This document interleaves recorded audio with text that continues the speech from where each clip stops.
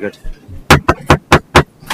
Good evening, everyone, and welcome to the City Commission work session for July 12th, 2021. Do we take roll? Not usually at work session. Okay. It's been so long. Do we do? No, Can I slip off my bath slippers? Our first item up on the agenda for the work session is an update on the community survey results, and that will be brought to us by the city manager. Hey, and you know how to take this off the screen here? the Oh, there you go. and then I'm gonna there. Now you should be able to take Later. over. Yep. Okay. Let's see here.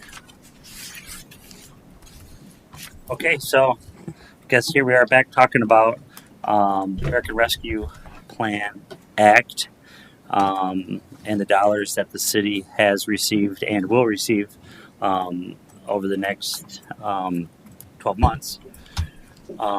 This is what we're anticipating. Nothing's changed here since we met last. We received about $11.4 million back in May, and we'll receive about $1.2 million in new home funds in October, and then the second allotment of $11.4 million in May of 2022. So $24.1 million will come in. These are the understood uses. This is the same slide that we had on the last time that that I did the presentation. Revenue replacement is one of the top lines I think most governments are looking at, and then there are a number of other things like premium pay for essential workers, investments in water, sewer, broadband, and then spending some dollars on things that help households and small businesses and industries in their economic recovery. There has been some additional guidance that has come out, and one of the things that I want to make sure I point out is it seems like there is flexibility for communities like ours that had a direct allocation from the federal government, whereas a lot of cities are getting their dollars from the state. Ours did come directly from the federal government. We think we'll have a little bit more flexibility with our funds, and as one key thing that I want to point out is building stronger communities through investments in housing and neighborhoods. Including affordable housing development, are eligible and reasonable uses of these dollars.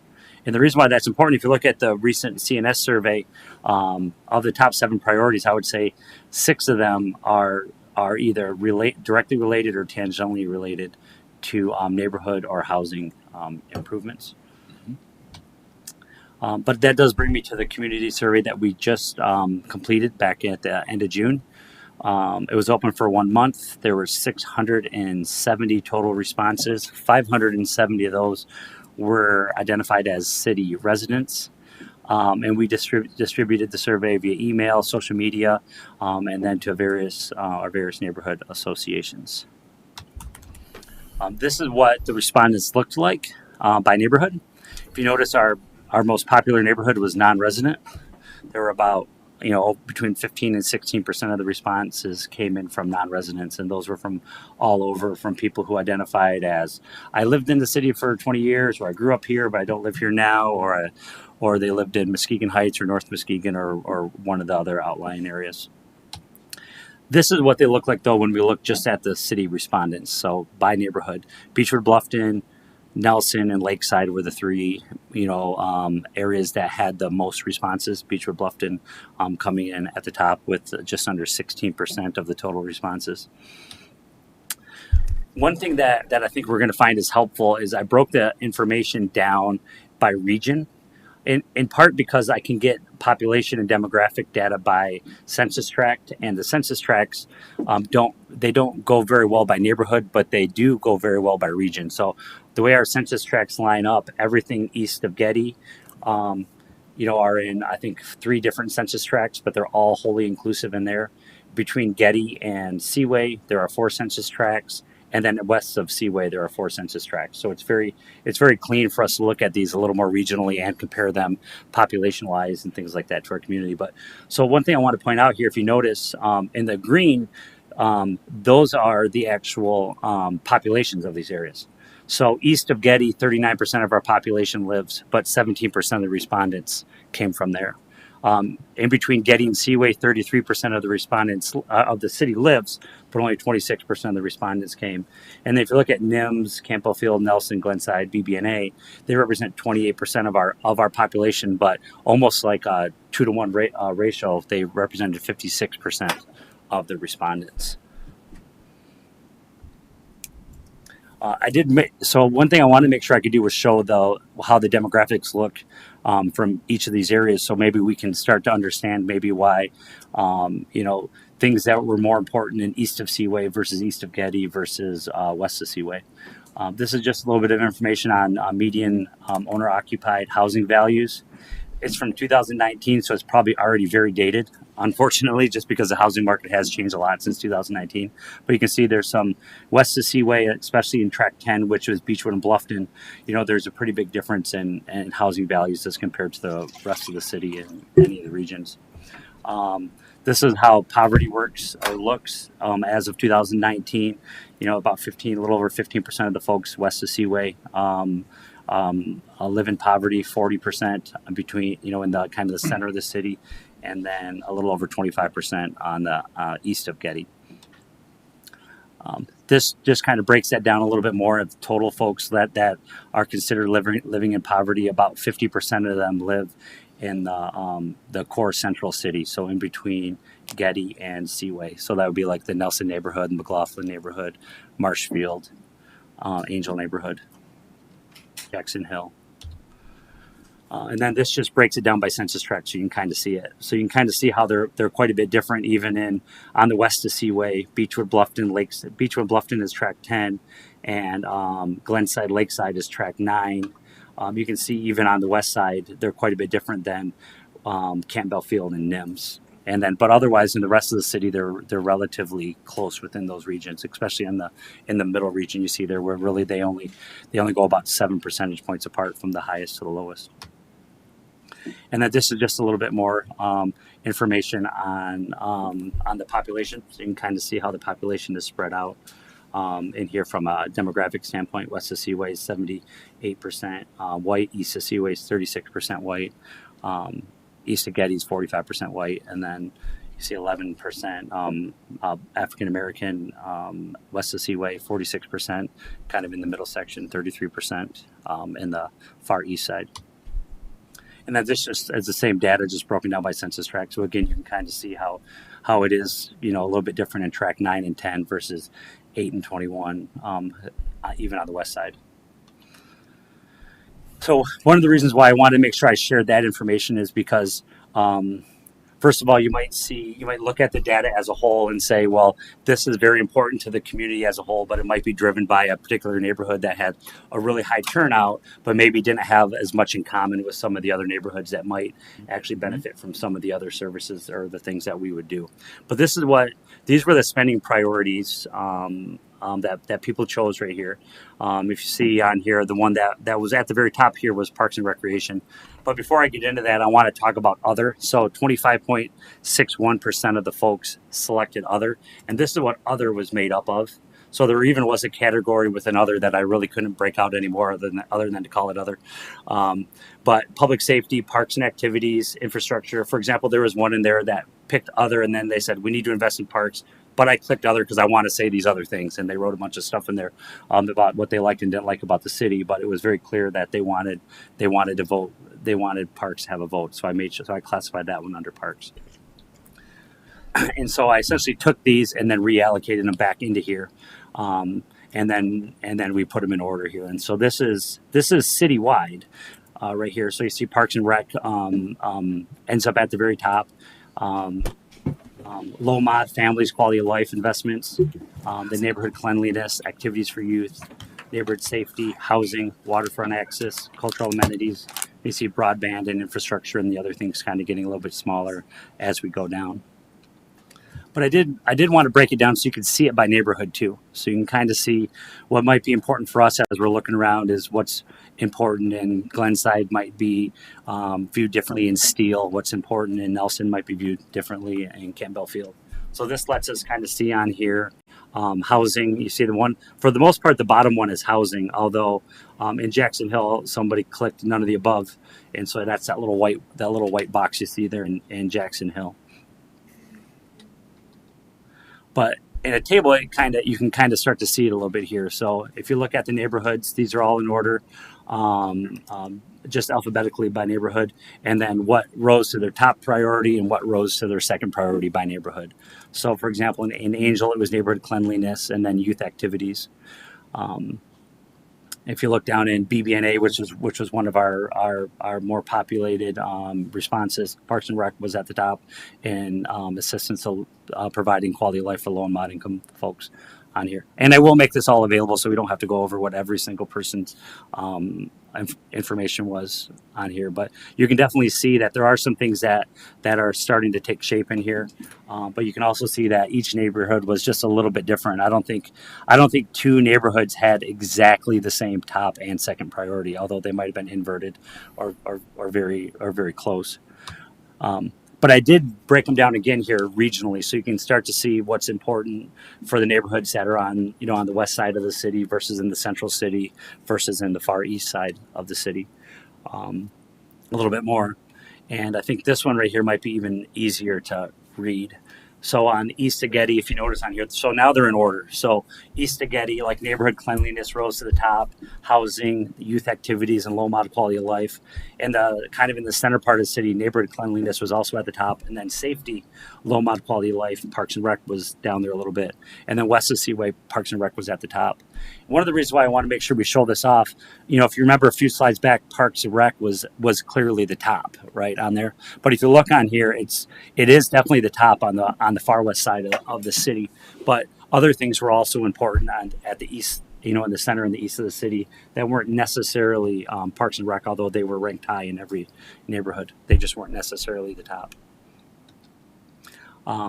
So, based on what we see here, we looked at it as a staff, and we see, not that these are supposed to be in order. I wouldn't necessarily say that these are priority one is the top priority or two is the second priority, but of the top 6 priorities, it appears that they would be, from our standpoint, revenue replacement, which we didn't ask the community, although we knew that was something that was important to us. That was a piece of this, a big piece of this, and then going on further down were neighborhood improvements, parks and recreation, youth activities, cultural activities, and quality of life.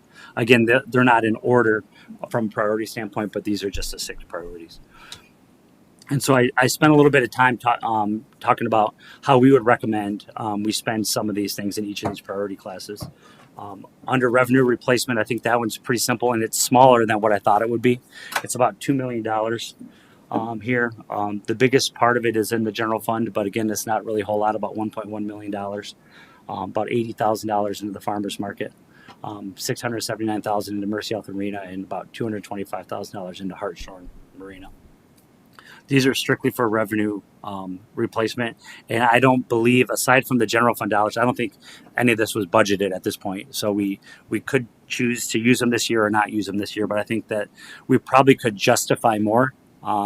But knowing what all the priorities were in the neighborhoods versus what the needs are of each of these funds, I don't know that we necessarily have a need for more. Neighborhood improvements. This category is really talking about safety and cleanliness and housing within the neighborhoods. So the programming in here will talk about making transformational changes within the neighborhoods that will have lasting impacts on safety, on cleanliness, and on access to housing. So they could be both directly and indirectly related to these issues right here. So whereas we might invest in, and actually I'll take a step back and say, one thing you'll notice is that a lot of these are interrelated. So you can make an investment in Parks and Rec and have a neighborhood quality of life or a low-income quality of life investment. You can make an investment in housing and have it also be an investment in neighborhood improvement. So a lot of these things we're going to find are going to be interrelated. But so when we did ask a lot of other questions in here, and what kind of guided some of the ideas of how we would spend money are the way that people answered. So we asked this question that said, do you know who to contact to express a concern about your neighborhood? And it was very clear that some neighborhoods like Beechwood and Bluffton, almost 80% of the people said yes. And then we look in Campbell Field, like 15% of the people said yes. And so the ones in green are people who more than half of the people, or about half the people or more, said, yeah, we know who to talk to if we have a concern. And the ones you see in blue identified are ones that were 40% or less of the people indicated that they knew who to talk to if they had a problem. We also asked people overall how clean they felt their neighborhoods were.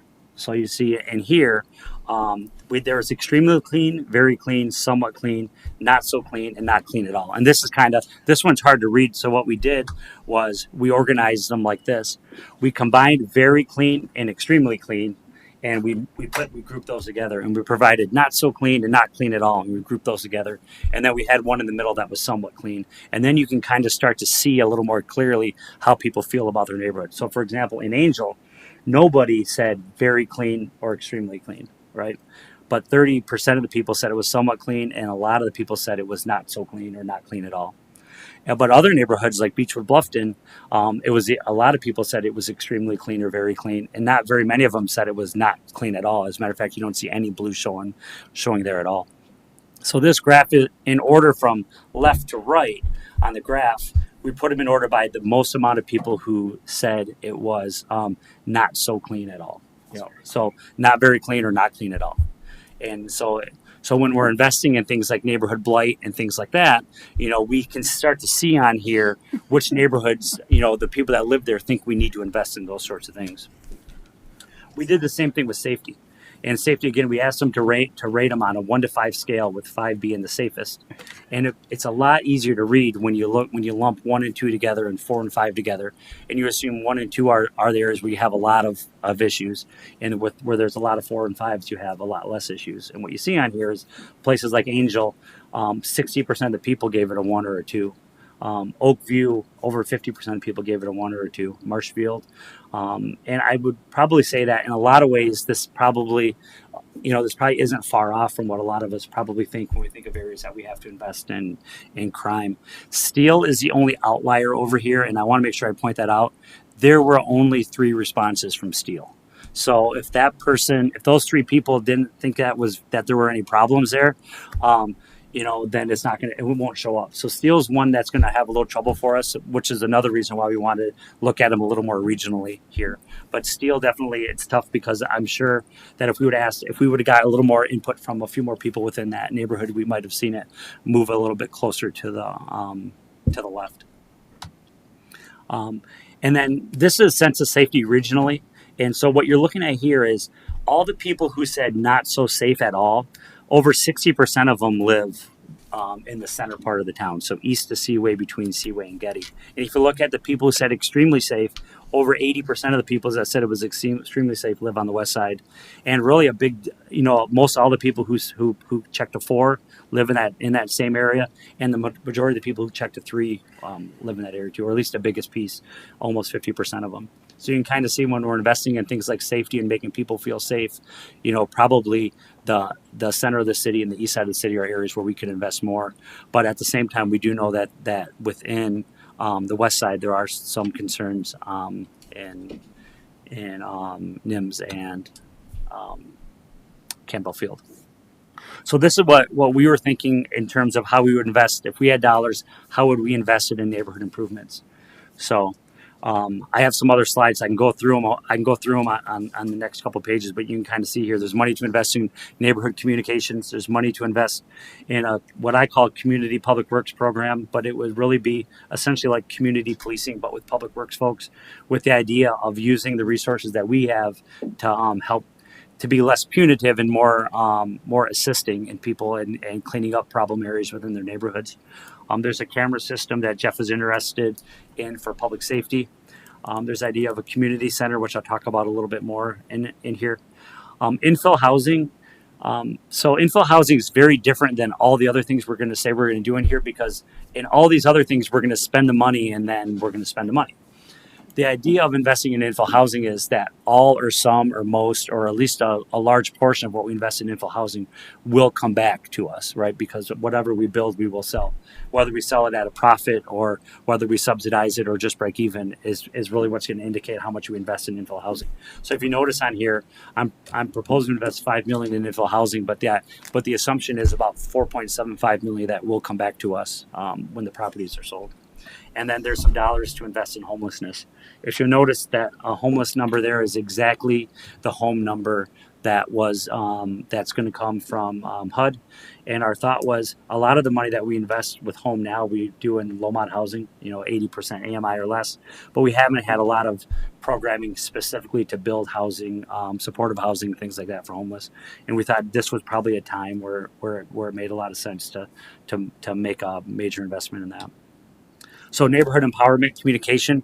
The proposal here would be to essentially spend $20,000 in the collectively each year in the neighborhoods that had a 40% or lower yes on do they know who to talk to, and then essentially the money would be spent on helping connect, getting the people who live in those neighborhoods more connected into the community, help them understand who their community officers are, and get them introduced to the DPW program and get them introduced to to their own neighborhood if they're not even introduced to the neighborhood association or the things that are available to them there. Mm-hmm. But we also know that even in those other neighborhoods, just because they had a higher than 40% doesn't mean that we're not missing something there.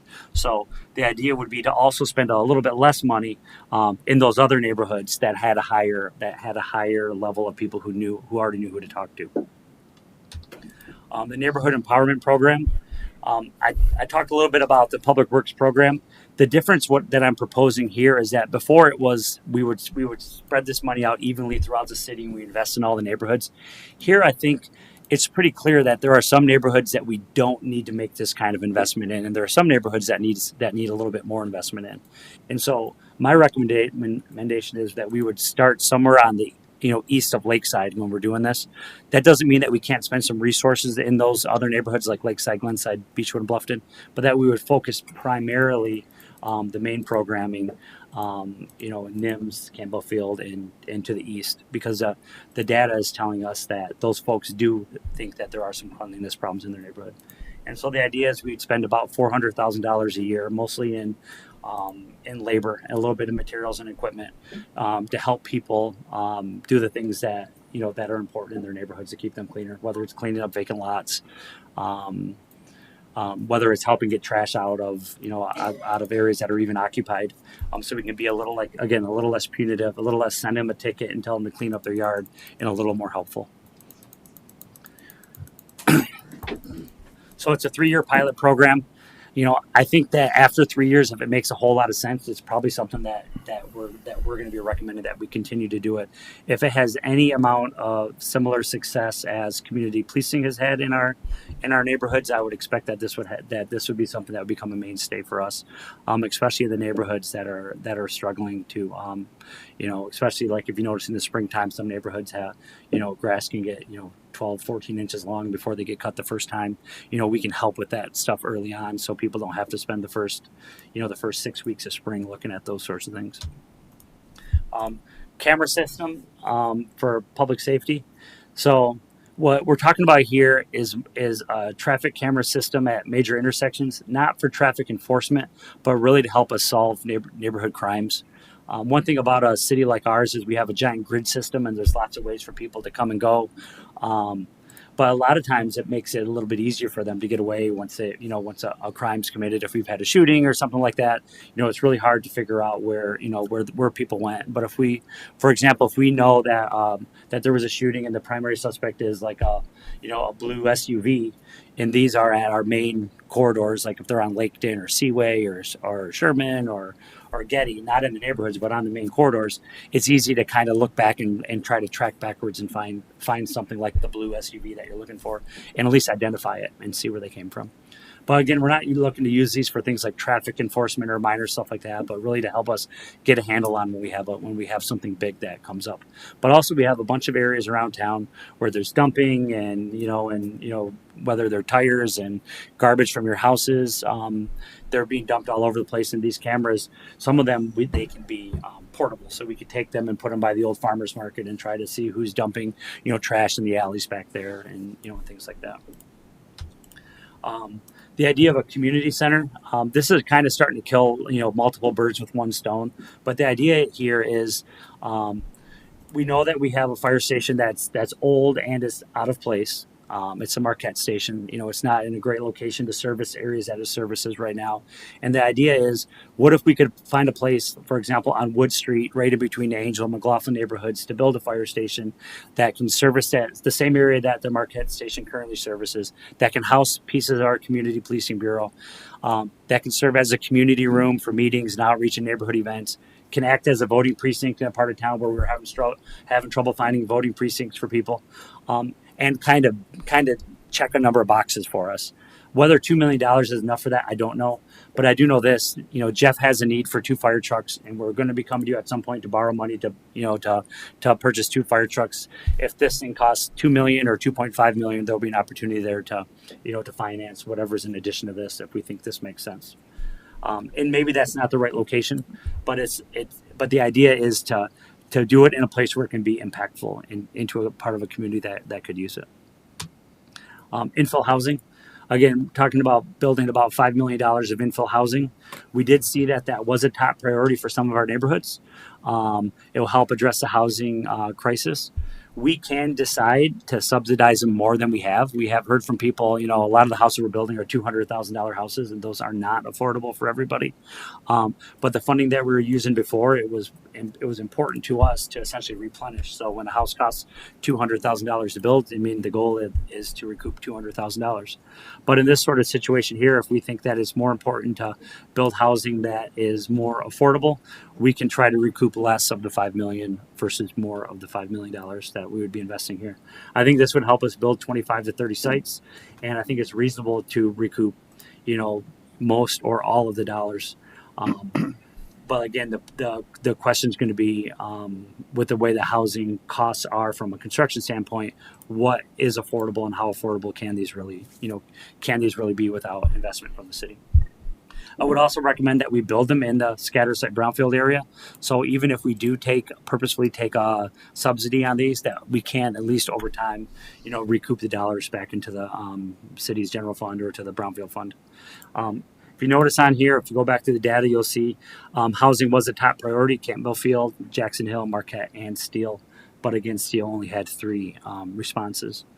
And those are areas where we haven't built any new housing aside from Marquette, where we're building those houses with Mr. Briggs.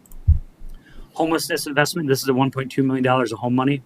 The idea is that we could partner maybe either with or near the rescue mission. We do know that they are building over there on land that we sold them for $1 next to Catholic Charities. They're building a jobs and skills training center, or at least they're raising funds for it, a community resource center, and some other supportive services and things like that. So it would make sense. The city owns, I think, 4 or 5 vacant lots, really directly across the street from there on different streets, where we could put up a duplex or a triplex or single family homes, for that matter, and build them specifically as transitional housing for the community. And the idea that they would be in close proximity to the rescue mission could be very helpful for people from a success standpoint. My guess is if we're going to build single family homes, we'll get less homes. If we're willing to build duplexes and triplexes, we can probably get more. This will help solve a number of problems, including how do you keep families together when they're suffering from homelessness, when there's not a great place to put a teenage son with a single mother. There's certain places you can't send them to, and this will give an opportunity where these folks can stay together as a family for a short or at least for the transient period of time. Priority 3 was parks and recreation, the idea of focusing here on, in my opinion, on long-term investments. So we talked a lot about, could we spend a lot of this money on parks now? The problem we're going to run into is this money has to be spent by 2024. And I think we can generate more and better investments in our parks if we find a way to stretch the money out further. And the reason why we would want to do that is if we build them all in a 2-year period, at some point in the next 15 years, we're going to have to replace all of our playgrounds in a 2-year period. So the idea is if we can find a way to make the money last longer beyond 2024 and maybe do 2 playgrounds a year or 1 playground a year for a period of time, we can hit all the parks and then stretch them out so that they're all kind of depreciating at different rates. And this is kind of how I think that we can pull that off here. So the idea is we would invest about $13 million in Parks and Rec. But direct investment in parks is actually pretty small. It looks like it's about $2.5 million, $500,000 this year, and then $2 million over the next 2 years. We'd also put money aside to improve waterfront access in the downtown. Put some money aside in the last year to invest in Shoreline Park, which is a conceptual park that would take the place in some areas of Shoreline Drive and turn that back into a neighborhood, into a community road instead of a state trunk line. Potentially invest some dollars in Heritage Landing, the Lakeshore Trail, Hartshorne Marina, and the Convention Center. The important parts about Lakeshore Trail, Hartshorne Marina, and the Convention Center, essentially all those are projects that we're going to be committed to one way or another. The original thought was we'd be borrowing those dollars to do those. If we use ARPA dollars to make these investments, each of those things already have long-term revenue sources tied to them. So the Lakeshore Trail investment and the Hartshorne Marina investment both have brownfield redevelopment plans already in place that will collect dollars from Hartshorne Marina Village and from Windward Point. And so essentially we would make these investments now, and then we would get at the front of the line for those brownfield reimbursements when those projects kind of start to get into fulfillment. We would then take the brownfield dollars, and instead of using them to pay back debt, we would invest them back in our park system. So it would allow us to essentially take that $2.5 million and that $1.7 million and spread it out over a 20, 30-year period. Same thing with the convention center. We sold naming rights to the downstairs ballroom. We sold naming rights to the actual convention center itself, and we're working on selling naming rights to the main ballroom and the pre-function areas. The idea was those naming rights were going to pay off a piece of the debt of the convention center to cover some cost overruns, between $2 and $2.5 million worth of cost overruns. In this case, instead of investing those dollars in the cost overruns or over the long run, we would then turn around and invest them into parks. And if you'll humor me as we get through this, I'll have a little bit better illustration of how that would work. But you can kind of see this right here: long-term investment opportunities and Lakeshore Trail through the acquisition of the CSX rail line, the removal of those rail lines, and the movement of the trail in some areas up into that acquired rail line, investments in Hartshorne Marina, and investments in the convention center. And we think we can spread those out over 25 to 30 years. And so it'll look something like this. We think that if we do it the way that I have it designed here, we can generate about $30 million over the 30-year period to go into parks, rather than just the $2.5 million that I had identified in ARPA dollars. And so about $4 million of that comes from naming rights revenue, $4.8 million from TIF capture at the marina, $3.3 million in TIF capture from Windward Point, and then I added in the beach parking revenue, which is unrelated to this, which is why you see it in red. But we had made a commitment that money would go to things like improvements in our park system. Absolutely. So following this model, it puts us in a good position. You know, the idea that you could spend $30 million over a 30-year period in a park system the size of Muskegon's, we probably could have a pretty robust, well-maintained park system for a long time to come that will serve generations. Priority 4 was youth activities. Essentially, I'm recommending that all these dollars go to help and build a Boys and Girls Club facility on Muskegon Lake.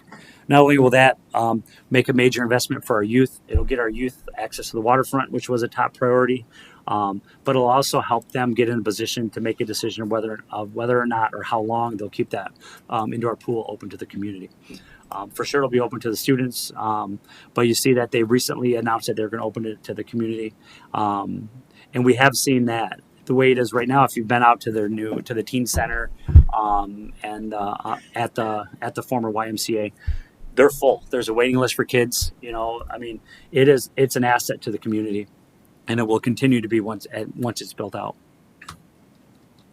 And then miscellaneous amenities. There's a number of them on here. Art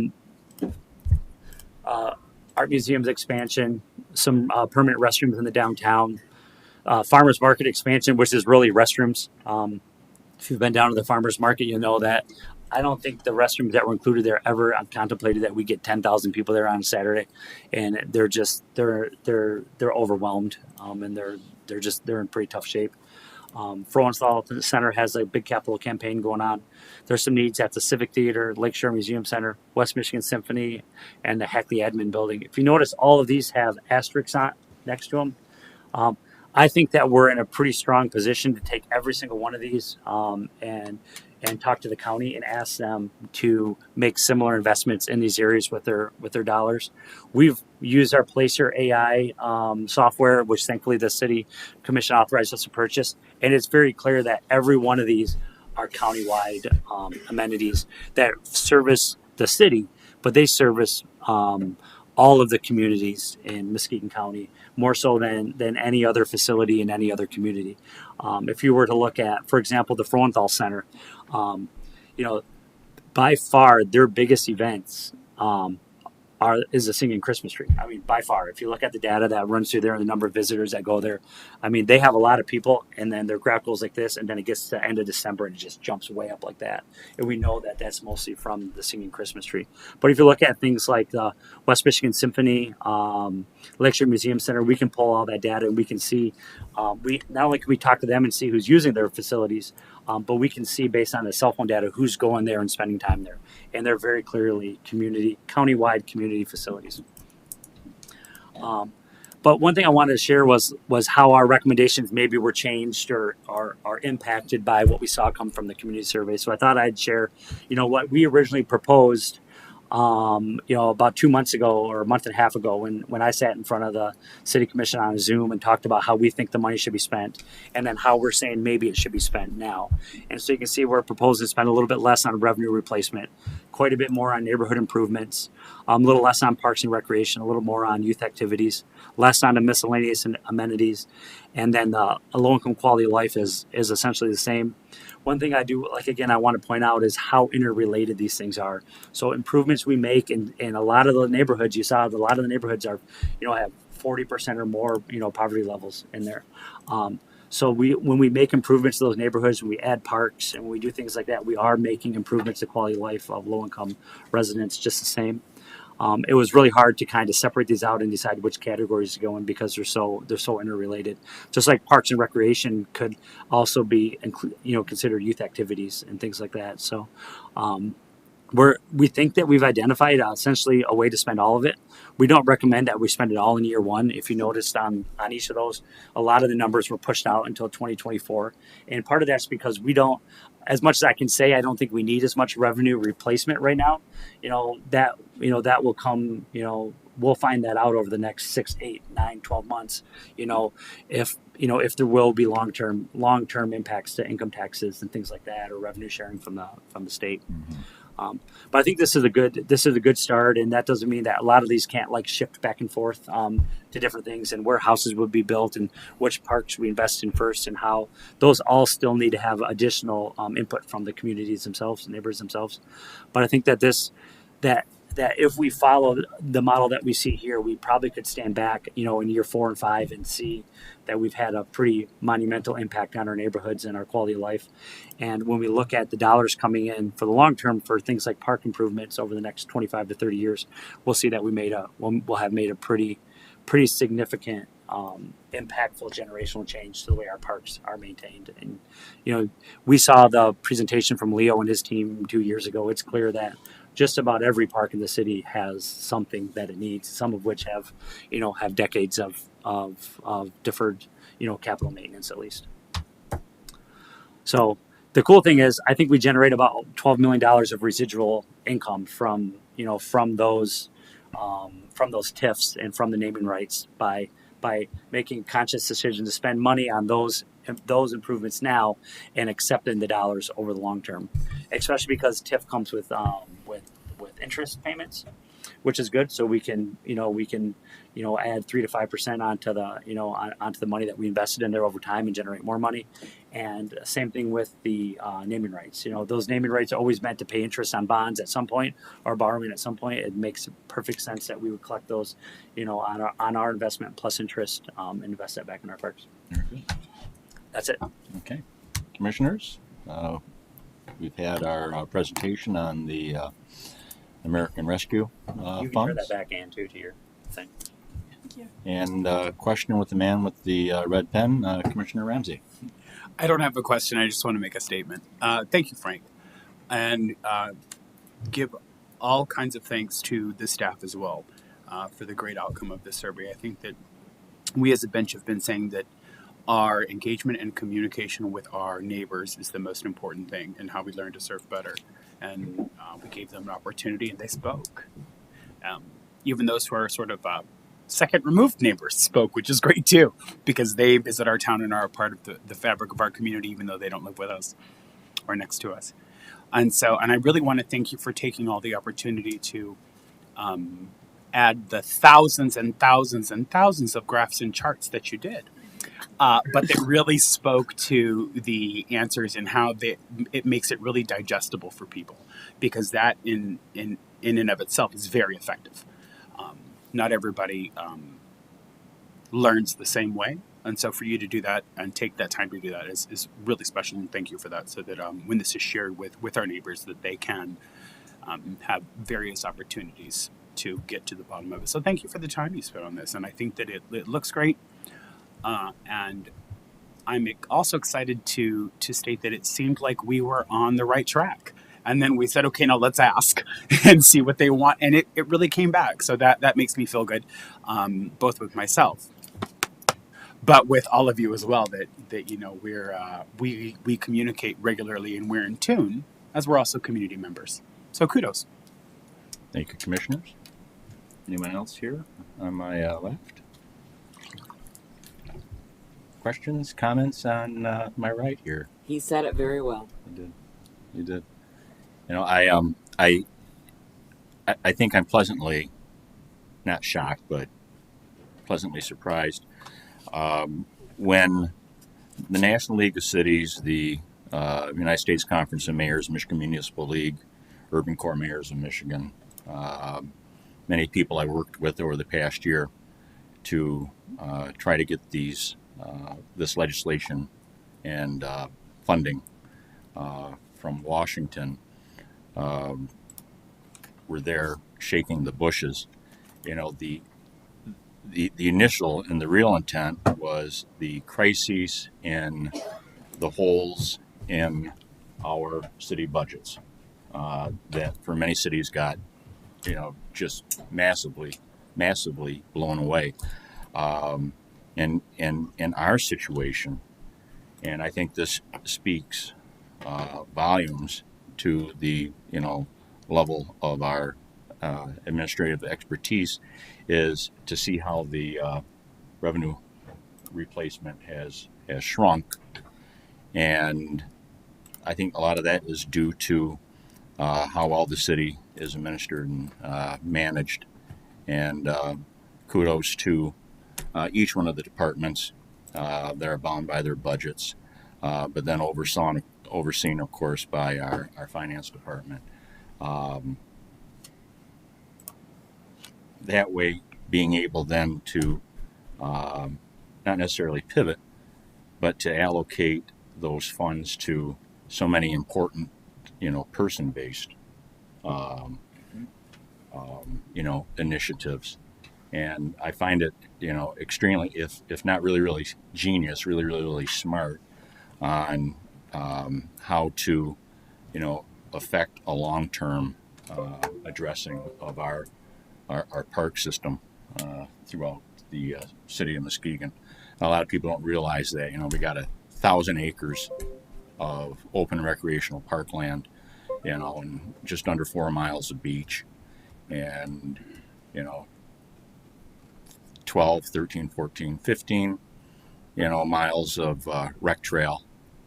That's in constant need, lots of need right now. I see a lot of boards popping up, but you know, when you figure a couple of years ago we were facing $13 million shortfall in, you know, immediate upgrades to the parks because of deferred capital maintenance.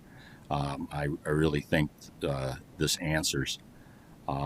So I'm very grateful for the hard work that has gone into this and the affirmation we've received, I believe, from our community survey. Good job.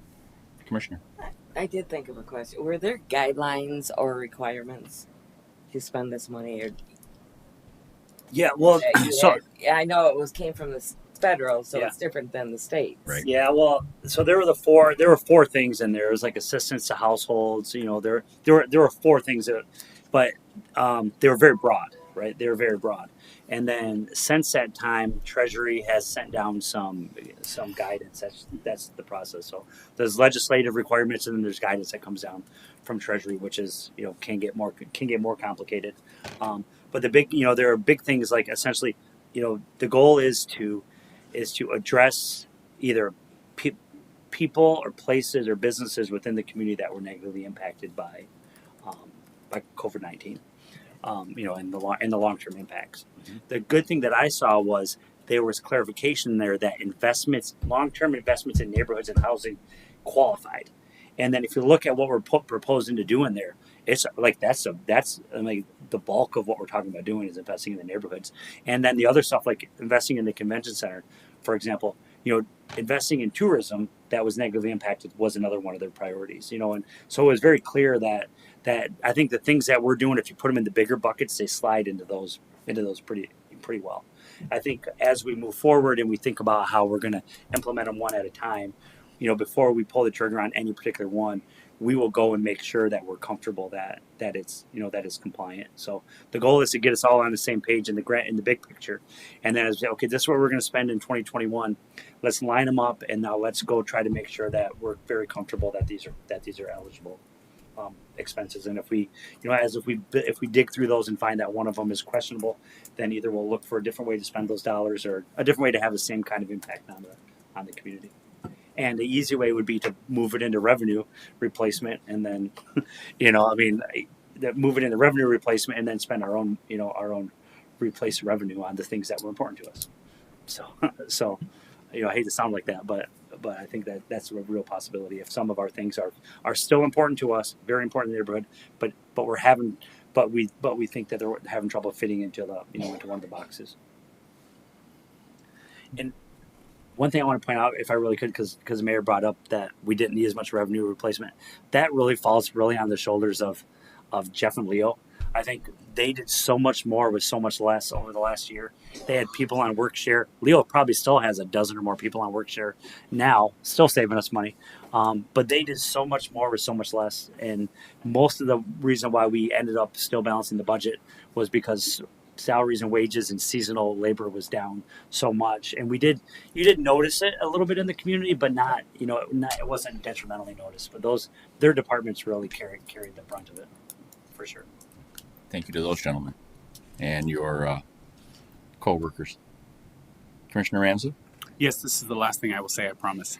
I also wanted to take a minute, because I would be remiss not to celebrate the drill down that you provided us about each of the individual neighborhoods. And while we want to say that Parks and Recreation is important citywide, we know where it lies at a prioritized importance within each of our neighborhoods, so that if that's something they're truly looking at, that we then as bench and staff can move intentionally within those specific data points, so that we're providing each neighborhood what is relevant and real for them, and not just saying, everybody gets a blue bench if they don't need a blue bench. And so I'm excited about the opportunity, even though it makes more work for all of you, to be able to really provide things to our individual neighborhoods and pocket communities that are real and relevant for their needs. I think that's great. Good points. Because this is a once in a lifetime thing for us, and we have so much opportunity, and it sounds like a lot of money, and it really is, but it will spend quickly. And so we need to make sure that we're intentional with it. And it looks like you have laid a great foundation. You and staff, always kudos to staff, have laid a great foundation for us to really build upon. Very good. Commissioner Johnson? Thank you, Mr. Mayor. There's a lot to digest. There's a lot in there, for sure. But I appreciate you compiling the data and presenting the way you did, and the priorities. There's a lot of good stuff in there. I don't even know where to begin. I mean, to try to dissect it, or to say what things that I exceptionally like, or things that I like maybe less so, or finesse it or something. But one thing that stands out to me is, which you highlighted right off the bat, is the differences in different across our community that engaged in this survey. Mm-hmm. And it seems like we had inadequate, or I shouldn't say that, insufficient participation or engagement from particularly the east side of our city with the survey. And so what I'm wondering is, and I mentioned this, back in May of that comprehensive engagement. I'm glad we ended up doing this survey, but I'm wondering about doing something in the neighborhoods, of bringing us and you and our team to them, informing them of this opportunity. It's a once in a lifetime opportunity. Inform them of this, and speak directly with them. And we talked about wanting to improve our communications, with them. I think that's one way to demonstrate we're very serious about improving our communications. We're going to come to you and educate you and solicit that feedback directly from you, and to further flesh this out. And I know that some residents had talked about, well, what about doing like a scientific survey, something that's a more comprehensive, that you're. And I know we tried, to some extent, staff worked with SurveyMonkey to try to craft the language in as unbiased a way as possible. But in terms of access and response to it, that feeds into discrepancies and makes it therefore not a scientific survey. So, what are our thoughts on there? I mean, of putting that time and some money into improving or enhancing and increasing that feedback that goes into this how we spend these dollars in this programming. Mm-hmm. Yeah, we definitely could do some more. Definitely could do some more outreach in the center and the east side of the city. Although Nelson neighborhood, was pretty well represented in the, they were, I think, the second highest from a percentage standpoint. But yeah, we definitely could go do some stuff on the east side. I think it'd be hard. This is a hard one to say. Like we should have like this true scientific, thing. 'Cause I don't know that it's quite as applicable. Because I don't know what's necessarily going to change. In there when we're talking about invest, parks, neighborhoods, they're big buckets that we're asking people to pick from. I know that there are lots of, reasons why we would want to have something where it's a true science, a true scientific one. I don't know that I necessarily see, like we were going to make a big business decision, right? We're going to make this change. We really want to know how people are going to react to it. I think it would be, I think we took the parks that are there now and invested in them. I don't think that's going to drive people out of the neighborhoods or, I think that like all those things that we have on there, they're all going to be rated so highly and be so welcomed investments. It would be, I think it would be hard to say that that having a survey that we could say was truly scientific and, for the cost that it's going to take and the time it's going to take. I don't know. I would be surprised if we got a holistically different, type of response from it. But I think the idea, this was always meant to be an unbiased community survey, where people can, whatever, can just tell us what they want. It'd be a different thing if we were trying to say, well, people who picked a 2 over here and a 4 over here, and we're trying to really do some good, cross tabulation or whatever you want to say, some quantitative stuff. But most of the stuff wasn't even really meant to be quantifiable. It was really qualitative. Even the stuff with numbers on them was very meant to be qualitative, because what you feel is a 1 isn't necessarily a 1 for me. So I think it'd be hard. You'd have to start over from scratch. That's absolutely for sure. This survey probably couldn't do it. Now, if you were saying just find a way to get a more representative group of the whole city, I think we can prove that this wasn't representative of the whole city. But the cool thing about it is that's why we asked people where they lived and what their addresses were, so we could then go back and correct for that and say, wait, because the survey as a whole says Parks and Rec was number 1. Well, that's mostly because it was important to a lot of people, but it was really, really, really important to people on the west side. And they, 2 to 1, they filled out the survey. So it wasn't unimportant anywhere, but being able to drill down that's why I said, I really need people to tell me what neighborhood they live in and give me their address so I can just double check and make sure. 'Cause there were a lot of people that said, I don't know, or other, and I could go back there and say, like, I could sort it by all the others, and then I can click on theirs and look at their address and say, oh no, they're not an other, they live in Steele, or they're not an other, they live in Beecher Bluffton, or they're not an other, they live in Muskegon Heights. Mm-hmm. We could fix all those. So that's why there were no, from a neighborhood standpoint, there were no others, and there were no I don't knows because we went back through there and used the information they gave us and and fixed it. So I think while if we didn't have that data, then I would say yeah, we need to find a way to get more scientific. But we aside from steel, I think we got enough off of each neighborhood probably to go back and talk to those individual neighborhoods and try to figure out if that's really like maybe go to Steel and Angel and some of the ones that had lower turnouts and specifically have them open the survey back up and give it to them and try to get them to fill out a little more and see if that changes their neighborhood. But I think Beechwood Bluffton's in pretty good shape. I mean, we got a pretty good understanding of what's important over there based on the survey, so we don't have to waste any more resources to figure them out. They filled it out. They filled it out pretty good. Mm-hmm. And once upon a time when we first went to Washington over this, it was the main intent was we need to close our holes in the cities. And then, of course, the pushback was on, okay, we'll consider this, but you can't use it for closing any holes in your retirement programs. And then it was fully partisan anyway. And then Treasury got involved in it and gave us a lot of unclear other areas. So it was no longer about just closing holes in your operation and making sure that the city services bills were paid, but then it became more. But that's okay, and I like that at this juncture. We don't need to, at this juncture, take a lion's share, but reach out closer to where people live. But as Frank said, we do have that capability now, or that ability. We can, those people that were underrepresented in the survey, we do still have time and opportunity to get out to them and ask for more input. Commissioner Ramsey. Yes, I would like to offer a compromise to Commissioner Johnson.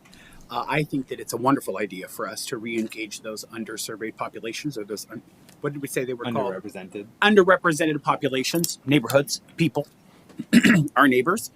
But I would stop just short of scientific.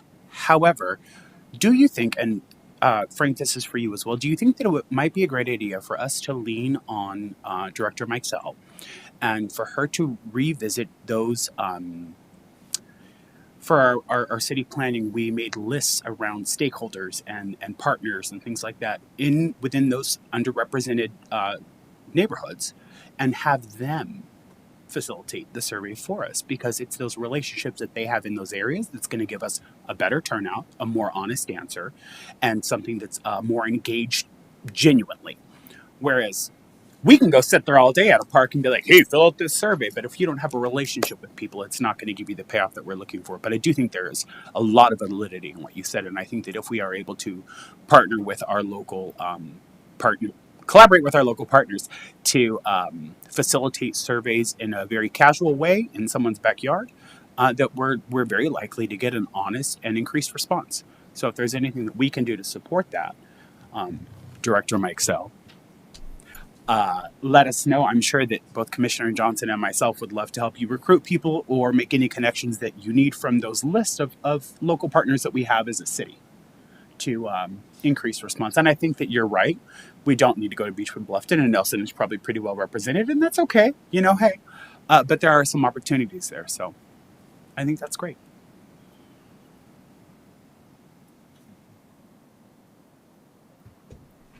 Commissioner. Yeah, I think that'd be fine. I just think we should set a time limit for it, because sometimes these surveys just For sure. continue and continue. And at some point, there's no perfect way to divine exactly what each person wants and fit it into the program we're talking about. So I guess I'd be okay, whatever form it takes. And we have done meetings out in the community before, so I think we're experienced at that, and we kind of know probably what would happen with that, and that might be a good exercise. Mm-hmm. But I think we should determine a timeline for that, and especially when we're gonna wrap it up and kind of tie a bow on this. Yeah, and it might even be helpful. What could buy us a little more time to do that is to maybe even at the next meeting, if staff can bring some recommendations of some of these dollars that we think could be released to at least start planning for things. Good example is housing. Like if we're going to impact housing, from the day we say we want to invest in housing to the day there's a place for somebody to live, it's probably like 9 months, not or more, right? So if we know that there's a likelihood that we're going to put some of this into housing, having the commission directs us to say, okay, start the process, whether it's an RFP for developers or whether it's reevaluating the existing pilot agreements or whatever the process is you guys want us to go to start making those investments. That would be helpful to us because then we can take a deep breath and say, okay, well, the parks, we got to design those anyway. So those are months away. Whether we're going to put investments at the Frohenthal, their Boys and Girls Club, they're in the middle of their capital campaigns. Whether they get the money, whether they get approved for money in July or December is going to be less consequential. But some of the things that we know we want to do that are going to take some time to do, those ones would be nice for you guys to say, you know what, start the process on these. We know we're going to put money into these things. Start the process and let's get ready to invest in them. And Cat's coming up to yell at me for something. Yeah. No, I just want to make sure that we all have a wish list for the ARPA funds. I just want to make sure that the commission and the departments work together and make sure that we approve all these things, and we want to bring everything in front of you guys to be transparent. So I know it's a big pot of money and it's hard to make decisions. I know you guys ultimately going to make the decisions, and we just want to make sure we are transparent with everything that we do. That's all I want to say. In that vein, I had some feedback just recently about that. In that vein, how are we going to, once we're conceptualizing how to spend the money now, we will finalize it and items will come to us for approval and so on and so forth.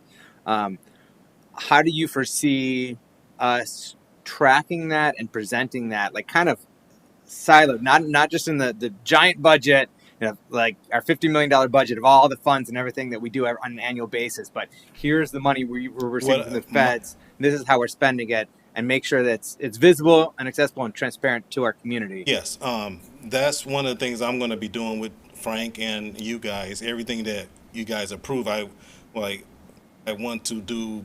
I don't want to like line item by line item, but like say $500,000 for housing. We approve that, and I keep a track of it on the line item. And I had they had a seminar or webinar about we had to report every quarter on things that we do. So we're going to be keeping track of that in finance, and I'm going to have a spreadsheet. So I don't want to come to you for $5,000, I want to come to you for like $200,000 for housing for playgrounds and things like that. So I just want to make sure that we're going to be transparent about, but you're going to have to approve everything that we do. That's what I want to do. Those spreadsheets that you have to track and submit to the feds, that can we, have those published or made on our website? They'll be available. I don't know if I want to put them out there, but like I say, everything we do is going to be transparent, and we have to submit quarterly to the IRS. I mean, not the IRS, but to the feds. The Fed. So they gave us string on the guidelines of how to report. So we're going to be doing that every quarter. So we only have to report when we spend the money. And we have to 2024, right, to spend the money. So I just want to make sure that you're aware that we're going to come in front of you guys, and I don't want to piecemeal it, but like in big chunks and say we're going to spend $200,000 here or $400,000 there, and then kind of we don't have to come to you every time we spend $5,000. Right. Okay. And the money is an interest-bearing account right now. Yeah, right now it's we have it very liquid right now. I probably could put it in something a little longer, but it depends on how long we're going to start spending money and things like that. Right. And some of these projects we might want to jump off on sooner than later. Yes. Commissioner? Yeah, and I want to build off of that, and off of that. I think that once we as a bench decide what it is we're going to for certain invest in, that Frank, it might be helpful as a level set for all of us, as we all have skill sets in different areas, that we put together a timeline so that we know if we're going to do work in housing, what kind of window that looks like, because we don't want to start our housing work in 2023 with 6.5 months left for it to get it done and have the dollars spent. So whatever those larger projects are that we listen to our neighbors for and support, as soon as they're chosen, a Gantt chart, ugh, but a chart, a timeline that really looks at what that workload is, so that we can have a like a system of accountability to know that what we're all doing and where we should be. But I think right now, I think we need to be really, really clear on a time frame that if we're looking for additional input from the citizenry, I think that has to be done sooner than later as well, to see if there's any gaps.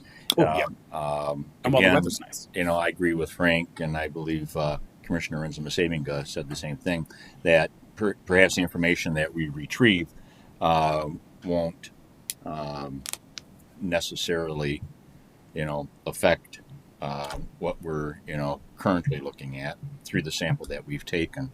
But if that's the desire of the commission to go a little bit further for those neighborhoods that had lower reporting into the survey, I think it needs to be done within matters of weeks and not going out into months. I think that Commissioner Johnson and I would both agree with that. To get out there and that's part of the point of using people that have relationships in these communities, is so that it is effective and quickly, and not us beating down doors. Unless we can get Mike Franzik to do it, he loves doing extra work like that. Mike's not here. Oh, my joke dies. Speaking of extra work, he went home. Right. Yeah. But no, I would support all of that. I think that it needs to be variable construction boundaries and time limits, so that we can move on a timeline to spend a ton of money, which is going to take a ton of work. But I think that within those three areas that we mentioned, and just those three, it doesn't need to be citywide, turns out, there's some opportunity there. And I would support that, and a decent timeline that I'm sure Director Mike Sell could put together for our community collaborators. Yep, she's smiling, so she must concur. But as I sit here, I'm very supportive with the game plan or the mapping of the utilization Great job. of these funds. Again, it definitely affects people where they live, right on their front stoop. So, Commissioner Johnson. Thank you, Smith. Yeah, I really like the prospect of being able to convert these one-time source of funds that have to be spent in a limited amount of time into a continuous revenue stream to support our park system. I think that's great if we're able to create a net increase of $1 million a year going into our park system. And so that's part of the area where I think we can start acting sooner on, particularly with the convention center. Those bills are due. Yeah. They need to be paid. We haven't paid them yet, so we haven't gone over budget yet. So rather than bonding to pay them, that could be used for it. Knowing that we're going to be taking the sponsorship and naming rights revenues in the years to come to invest in our park system, in addition to our paid parking, because I always kind of saw that as a revenue generator in of itself, that we can invest throughout our entire park system in lieu of having dedicated millage and having raised taxes on our residents, property taxes. We use that. And in terms of the acquisition of the rail line, I think that is helpful for the long-term development of Lakeside and Windward Point and our shoreline over there. That will unlock development opportunities there and also create those revenue stream going forward. So what is the outlook for that? We're not footing the bill entirely for that. Like, there's also going to be others kicking in money, or is there going to be a special assessment for certain property owners? Like, what is the timeline or outlook for that process of acquiring and removing the rail line, the spur west of Heritage Landing? So that's probably, like, of all the things we do, that's got to be like the most complicated thing that ever existed, is buying property from a railroad. There are so we think there are a lot of revenue streams. None of them will be huge, but for example, there's probably an opportunity to leverage some money from Leo because he's got crossing agreements that he's probably paying for over there, that he won't have to pay for anymore. Same thing with the electric and the gas companies. They're paying annual crossing agreements that they won't have to pay anymore. It's my understanding that some of those would go up, between 5 and 10 years worth of what they would be paying up front to help purchase. We know that there would probably be some money coming from the folks at Windward Point, especially the people that own on both sides of the track. One thing that we found as we really dug into this is, like, for example, everything that's down at the bottom of the hill down there, like along the lake, there's really not a way to collect any money from any of that, because the city owns for sure on the one side, and they might even own a little piece on the other side. So big pieces of this, like if we're going to break it down by a linear foot thing, that's what we try to do. We said, okay, we have X number is $1, X number of linear feet. It's going to cost so much money per linear foot. So if you want yours, it's going to cost you your linear footage times that dollar amount. And what we found was, like, seriously, like 80% of it is ours. I mean, and a very much larger amount of it than we thought was ours, where we either own on both sides or we clearly own on one side, and maybe what was on the other side is more like an easement. And so there's not going to be a lot of money to take from folks, especially because the process that we're going to go through is a like a rails to trails project, so there won't be like a way to like if I owned a house in the middle of it where I could buy that and own that chunk, because we need to keep it all together as one. So John Schreier said there's really not a way to special assess people if they're not going to own it, right? And so that takes all those residential people away from it. So it really leaves us with maybe, Ryan Liesma's properties over there. Maybe there's a contribution opportunity. Probably Windward Point, there's a contribution opportunity there, and then potentially, around the marina and Furcanos, there's a contribution opportunity. But again, we'll still own all of that. So the only places where there's probably a likelihood where there could be a contribution opportunity is if they want to own it, but then we're going to expect them to turn around and give us equivalent land so we can connect the two ends of the trails together. So, for example, if Adelaide Point wants the trail moved on their property, they would acquire it, but they would then turn around and either sell us or give us back, a equivalent connection piece. And same thing with Windward Point. We're not going to let them eliminate it. It's going to go somewhere on that property. And so when we start talking about it that way, you take away a lot of the opportunities of people, helping you buy it, when you're going to turn around and say, well, wait a minute, we still want it to stay like it is, or somewhat like it is. But the bigger thing is the flexibility, the ability to move it a little bit, as long as we keep it together. Another thing we found out in this complicated process is 85% of it is all easement. It's not fee owned by the railroad. So they couldn't sell us the underlying land anyway.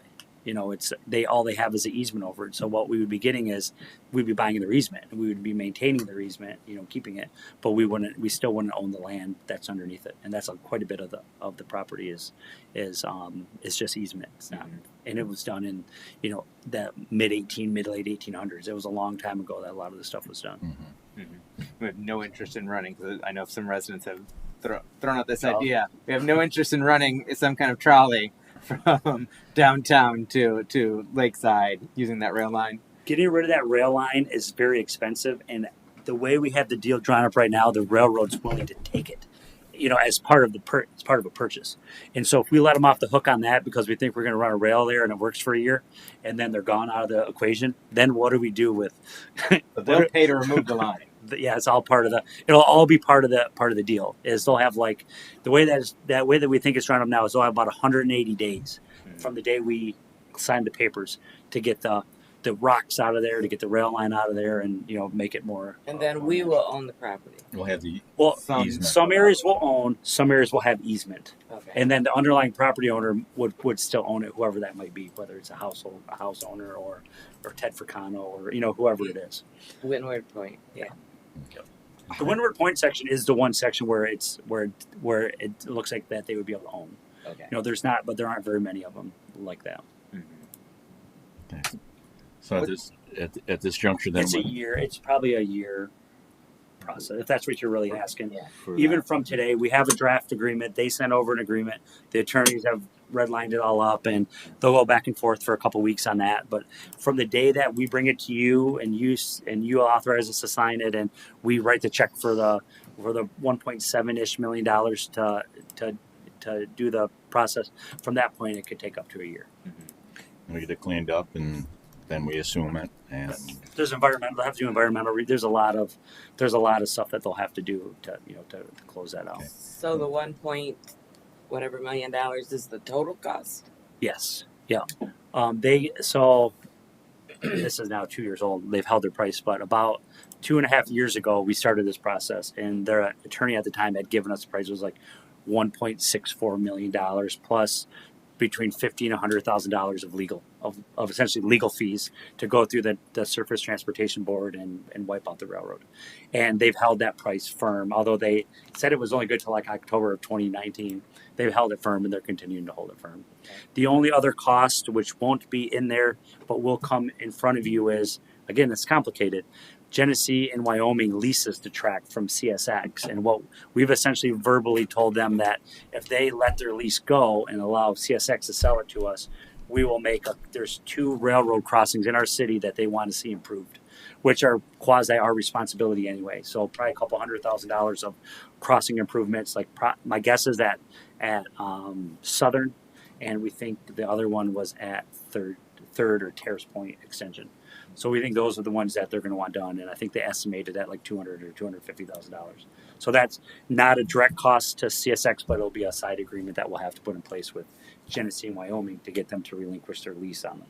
Commissioner, Because I think the original price that they told Pure Muskegon was like $4 million. Yeah, that was so like this is a good deal in my eyes. Yeah, it started off up there, but it's been down in the area that it's at now. It's been there. It's been at that price for a couple of years now. And anyway, they've been good partners to work with. It's just a lot of red tape. So it's funny to have government complaining that there's too much red tape somewhere, but there's too much red tape. it'll be nice to get rid of those rails so we don't have any surprise rail car storage Yes. over cover of darkness. Well, in the short Yeah. term, they've agreed not to store anything on it, just as like a friendly, as a friendly Gesture. Yeah. Good. What's for the housing info, which we're doing already, so be building upon what we're doing and including in the scattered brownfield site. When you say you're looking at net of 4.75 million after investing 5 million, that is inclusive of capture from brownfield? Yeah. Or I would presume capture from brownfield, we could get it all, but it's a longer term deal.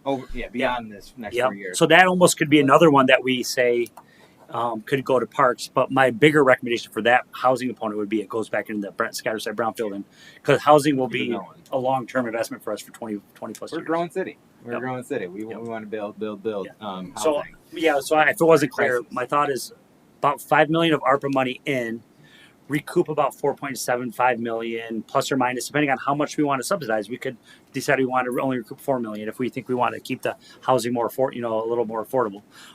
But whatever we don't cover, I would presume that we include those in scatter site brownfield if we're building them on eligible sites, and we recoup that. and just keep on reinvesting that into the same program. Yeah. And keep that program going. I think which is essential due to the fact that the lack of housing crisis is not going to go away for the foreseeable future, and that means decade, the lack of units, throughout the United States. Absolutely. It's we continue to be at a crisis point with that. So What's the what are you envisioning though for that program? Like, are you we're going to be building the house ourselves, contracting to build them? We're going to be a source of financing for other builders to come in. Like you mentioned RFP. Like, what are you envisioning, and what are the next steps for that? Then, like, you're going to bring this to a future work session. Say, hey, this is kind of what we're envisioning. Yeah. How do you want to move forward with this piece of it? I mean, I think we all realize that there's a housing crisis in our community, and we need to act on that. If we have more resources to address that, So if I had my druthers, I would say whichever keeps us the most hands off. Just because I look at how much work we put into building, 16 houses in Midtown Square Phase 2 versus how much hands on we've had to be as for Dave's first 25 houses. It's been very little staff time, and I think we're already going to find that administering this is I mean, some communities are probably going to have to hire somebody to administer it, and we didn't put any money aside for administration. So the more that we can do, if we have a program that we like, and works and is inclusive and gets the builders involved and at the end of the day gets us the housing that we want at the price points that we need, that's what I would recommend that we do, rather than us essentially hiring builders to build houses that we turn around and sell. The model that worked with West Urban it's really nice because he carries the cost of, so we could put our money aside and let them draw on it and stuff like that, but just essentially be hands off, essentially just run through the finance department like we did for that part for Midtown Square 2, where they do the draws and stuff like that. But allow them, I think you will find that they'll build a little more, they'll be willing to try the things we want them to do, obviously if it's our money, versus them making decisions about what they think they can sell to be the most profitable or whatever. So we can help change the dialogue if our dollars are sitting in there. But I think that we really do want the developers or the home builders, though, to be leading the charge, because they do know, like, for the most part, what people want and stuff like that. And if we can just give them the guidelines like we did in Midtown Square too, whether it's visitability or certain types of siding we want. Like, one thing that I learned after seeing his first 25 houses, if I could have found a way to help him with, $8,000 or $10,000 more per unit, we could have put a nicer facade on each of those. And, we would probably in the longer term, the community would feel better about them if they were, if there was a little bit more, to invest in that. But for them, it's hard to justify it because you're already building a $200,000 house in a neighborhood that we know is going to be stretching it to for $200,000 houses. Yeah. So I think I would like to come to you guys with essentially a recommendation of what we think is the most efficient way to build them. I think the hard part is going to be, like, there are certain builders that we've worked with that'll be easier to get them involved. Like, for example, like Rudy Briggs or Dave Dusendang, or some extent Alan Edmund Holmes. But it'd be really hard for us to say, let's try to get like 15 different builders doing this, because that'll bog it down. It'll raise our administrative burden. It'll probably raise the cost of the program. But we would just have to compromise at some point on how involved we want more builders to be. So, in my mind, I would say, what's our top priority? Building quality housing at a good price point. Then make that our top priority, and then, like, send us out there to say, okay, find the folks that can do that efficiently and quickly. Instead of having one builder that can build one a year, if we can find one that can build a quality house but build 25 or 30 in a year, that's probably the one that we need to work with to get this money spent. But in the interim, right now, I know that we have multiple projects, multiple visions within this map. Each and every one of these will be vetted and built out, and everything will come back to us at the appropriate time, to discuss, the potential details, cost, and for our approval. And Commissioner Ramsey kind of joked about getting Mike Franzik involved, but now's the time to get him involved, because some of these houses need to be missing middle. We need to figure out how to make the neighborhoods more comfortable and understanding of those types of housing, because that will give us the biggest bang for our buck, and we know we need them. We absolutely know that we need those in some of these neighborhoods, but it's just, that's, I think, going to be the harder part. Like, that's like the next reach out that I think is going to be most important, is those neighborhoods that we're going to build housing in. How do we get in there and help them and talk to them about what's realistic for what we can build for cost? And if cost is the most important thing, what gets cost down aside from junking it up? You know what I mean? Is it smaller houses? Is it multifamily? What can you do to make them more affordable versus less affordable? Commissioner? Yeah, and so I want to second all of that. I want to second the fact that I don't think that we need to be involved in this very hands-on. I think that we, as a city, need to support and leverage the dollars that we have to share, so that we make sure that what is getting built to serve our residents, the people that live here, that are looking for housing here, to address that missing middle, and even something on the lower side of that. Take this opportunity to really go through and leverage is the nicest way to say it. Leverage what we understand our neighbors to need, and find people who will do that. Period. Good point. Commissioner?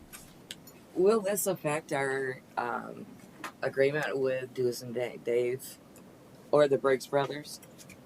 I don't I don't think so. I think the it probably depends on how we do it, right? Like I said, we might find that it's advantageous to use some of this to move those along faster. The agreements that we already have, you know what I mean? Like I know Jake would like to see us grab Mr. Briggs's agreement. We wanted to build more than 2, but that's all the funding we had. But grab his agreement and say, okay, let's move it on up to 6 and finish up that. You know, so those would be low hanging fruit. But at the same time, as much as I know West Urban would love to build 800 houses for us, there is value to having some other builders in here. I'm not saying like 37 other builders, but some others, because they can spread out the risk, and they can, you know, they'll build them a little bit differently, and they'll have a different vision, and it'll make sure that we don't build, you know, 87 houses that are kind of, you know, that are kind of the same. And also it can help get it done quicker. But I would say low hanging fruit would be to talk to those 2 folks about what we can do to speed them up. And we've already engaged Alan Edwin. We know that, you know, at different times we've worked with Gary Poster, some of them that we've worked with, and there are other ones that we're not familiar with. And, you know, an RFP essentially for build, or RFQ, more importantly, for builders to say, hey, we're interested in building here. Then we can look at them and decide which ones we think are qualified and able to build for us, and then price the ones that we're more comfortable with, you know, because again, there's, you know, we built some houses with CNS, you know, some of them go a lot better than others, depending on the builder. And sometimes you you try out a builder and it just doesn't go your way. But one thing that we have at least felt with both Rudy and Dave is that they're building what they said they were going to build, essentially, and the time frame they said they were going to build it, you know, give or take a couple weeks here and there. They're doing what they said they would do, and that at this point it probably means more than a lot of other things that we might want to get out of it. But now you'll be taking this template back and building out the details in each one of the areas to come back. We will come to you. Dave's ready to come to you guys to talk about phase 2 anyway of his. So I mean, it'll be a good time to have that conversation maybe at the August work session. Yes, at the August work session. Jeez, it seems like it shouldn't be August. No, August work the year's session. already half over. Goodness gracious! But I do think that an RFQ would be important to pursue. You know, build out that program and the concept, and do an RFQ to ensure that these resources and these opportunities are made available to anyone on a fair and equitable basis. And whether you are going to be able to build, 10, 20, or you just a handful, the more we can get built, the better. Okay. And the more we can spread those resources and opportunities around, Right, we the can better, in my opinion. Just on a outreach to those final, qualified individuals and follow up, and then we'll go to the next item. yeah, just a final note with regard to the kind of like the community DPW. I love it. I would actually put a bit more towards it and have more, like, instead of just 2 full-time dedicated people, maybe go 4. Have one per quadrant of our city or something. And they can be that touch point, because we talked about many of our neighborhoods don't feel like they know who to go to, and have those people be that touch point, that contact, help empower those neighborhood associations so they can get more people active in them, have them be on those park sites regularly so they know what the neighborhoods need or don't need, or if there's a pothole, this or that, like build that rapport. So I would be more inclined to put a bit more support and resources behind that program. But I really like where you're going with that program, for sure. Yeah, an expansion of our philosophy. We're our neighbor to neighbor and people first as best we possibly can. Being a nasty old bureaucracy that we are. And you said you would send this to us, Frank. Yeah, I'll send it to you, and I can pilfer information by neighborhood, and I can send like your neighborhoods and your neighborhoods and everybody If it's their neighborhoods, so they can have not too much trouble, could you insert the for the bars, like the percentage for them, so that we can see, instead of eyeballing it, like, is that like, and actually see the labels for That's a right click, I think. I Okay, can do that would be helpful. Thank you. Thank you. Next item is special event fee waiver revisions, and we have Director Evans. Good evening, sir. Good evening. All right, I would have asked Jackie to be here to present this, but she was not available, so I'm going to do my best substitution on this item. We've been bringing a few special event fee waiver requests to commission, and I guess we just wanted to entertain the idea if there's any desire by the commission to start approving those at a staff level rather than having them be on every agenda for new business. And I guess in bigger picture, is there, commission desire to continue this fee waiver into next year? I know that 2021's been kind of a unique year for a lot of our special events as they look to really recover and bounce back after missing a year, and maybe that's not the direction we want to go in 2022. So we took the form that we've been using to kind of request, have the applicants fill out their fee waivers. We added a few questions. We put some general scoring guidelines on there that would allow staff to essentially waive fees up to a certain amount, if an event meets all the criteria. I can kind of read through them if you want, but they should all be in your packet. So does the event promote or support a minority or disadvantaged group? Is the event coordinated by a nonprofit? Does the nonprofit located in the city? Does the nonprofit provide services to residents of the city? Is the event free to the public? Do you provide an income statement for previous year's events? Does the event generate revenue? And has the city waived fees in the previous 2 years for an event? That was really it. If we'd like to still see every one of them at the commission meeting, we can certainly do that. But if you'd like to look at an option to have us kind of do some of the smaller ones, we're totally open for that as well. Just look for some guidance on what criteria is important and how to set that up. Commissioner? Well, I definitely think it's a good idea for the smaller ones not to come to the commission. So I think in some way moving it in that direction is a good idea. I think continuing fee waivers on a limited basis is a good idea. But I definitely think they should meet the criteria that are in the application and asked about, like describing the hardship incurred and how they benefit the community. I think that should be oriented towards, and I think most of the criteria are towards events that, don't generate revenue for the organization to keep putting on festivals or something like that, but for, helping people in the city. So I'm the biggest thing is I'm supportive of somehow not, the smaller ones not bringing to the commission every time. Thank you. Commissioner Ramsey? I'm also supportive of that, Leo. Great job. Your criteria considered, I think, looks amazing. I think that there are a couple opportunities to, like Commissioner Rinsum-Saibinga said, to expand on what is the benefit of this event on the city, and then specifically where it says, is the event free to the public? What part of your event is free to the public? Because I immediately think of like races and runs and things like that, and well, those typically have a fee or a cost associated with them. They're still beneficial to our community because we get to go out and cheer people on and be a part of that, especially now after we've been locked up for months. A part of that crowd. So, but this looks great, and I also support you guys being able to handle this and do your jobs. So great job. Good. Commissioner Johnson? Then Yeah. Commissioner Emery. Yeah, I like the criteria you came up with in terms of trying to decide, what level of fee wavering they get. So, and I have no problem with you all taking on that task rather than coming to us for each and every request. Some as small as a couple $100, but I do think it's prudent that you have some threshold in terms of when it does come to the commission. In terms of continuing this next year and years on, fees exist for a reason. We don't necessarily want your staff continuously tasked with this event after event after event after event, no compensation. I realize we do have millions of dollars coming from the feds, so it may feel like we're flush with cash. But in terms of the sustainability of operations, I think I wouldn't be keen on waiving everything. And so maybe, just my perspective for next year, still have it, but maybe for first-time events. Like if you're just getting off the ground, or this is something new, or if there is a substantial public benefit for it, like maybe tweak it for future years. But I think it works really well for now and for the remainder of this year. So thank you for your work on that.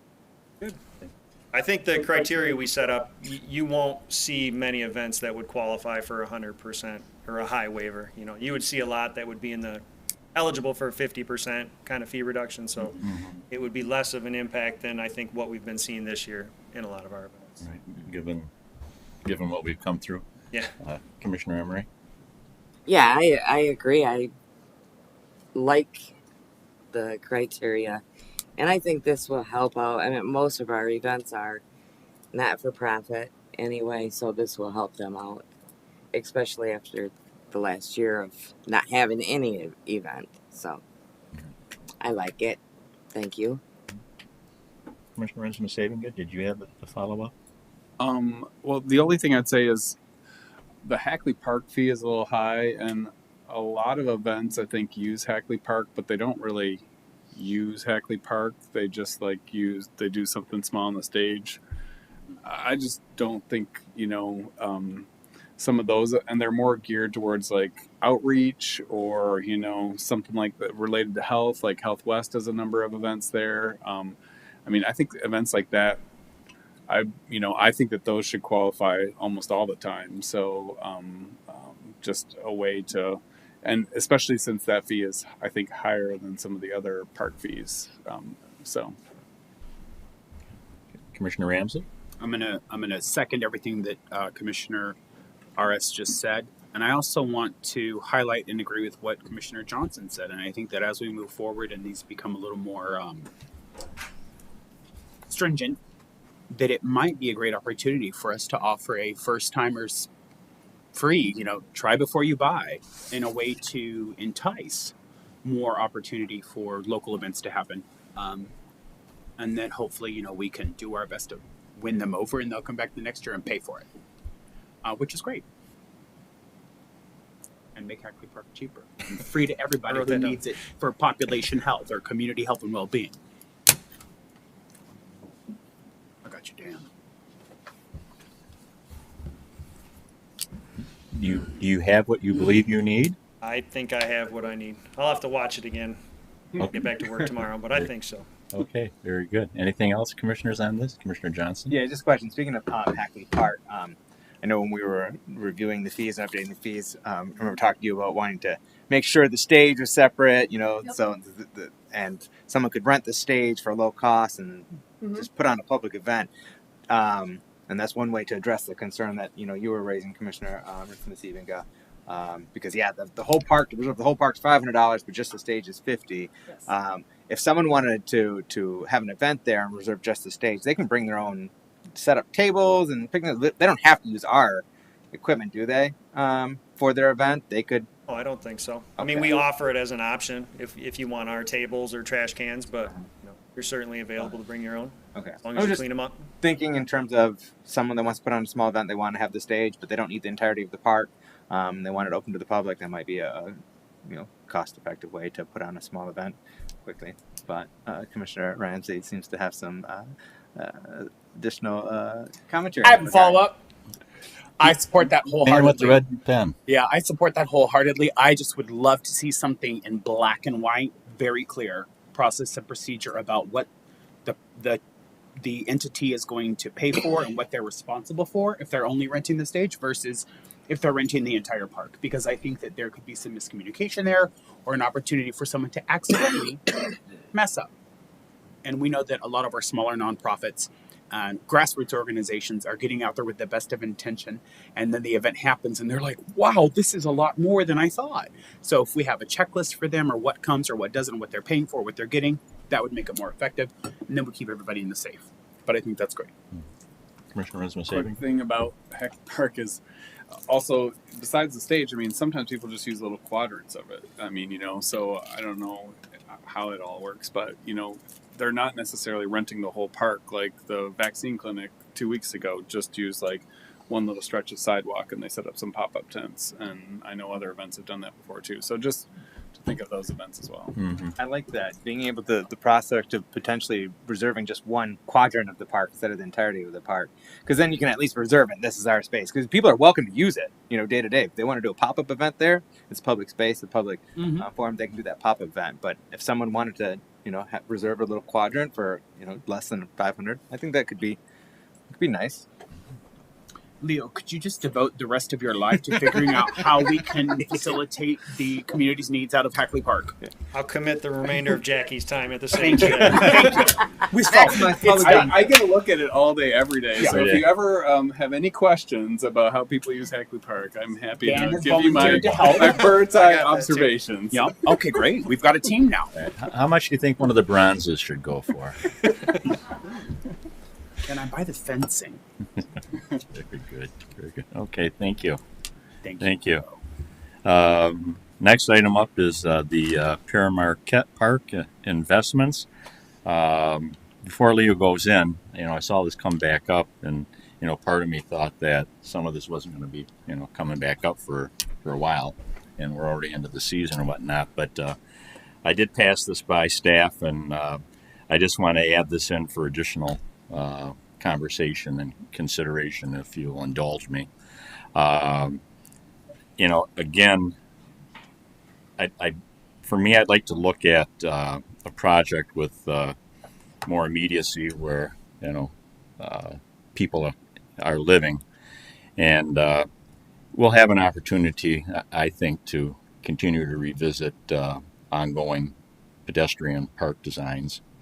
But we're right into the meat of the season, and I know there's going to be a lot of assessments that we have to do, seeing how we really like the way it looks now and how traffic flowing and whatnot.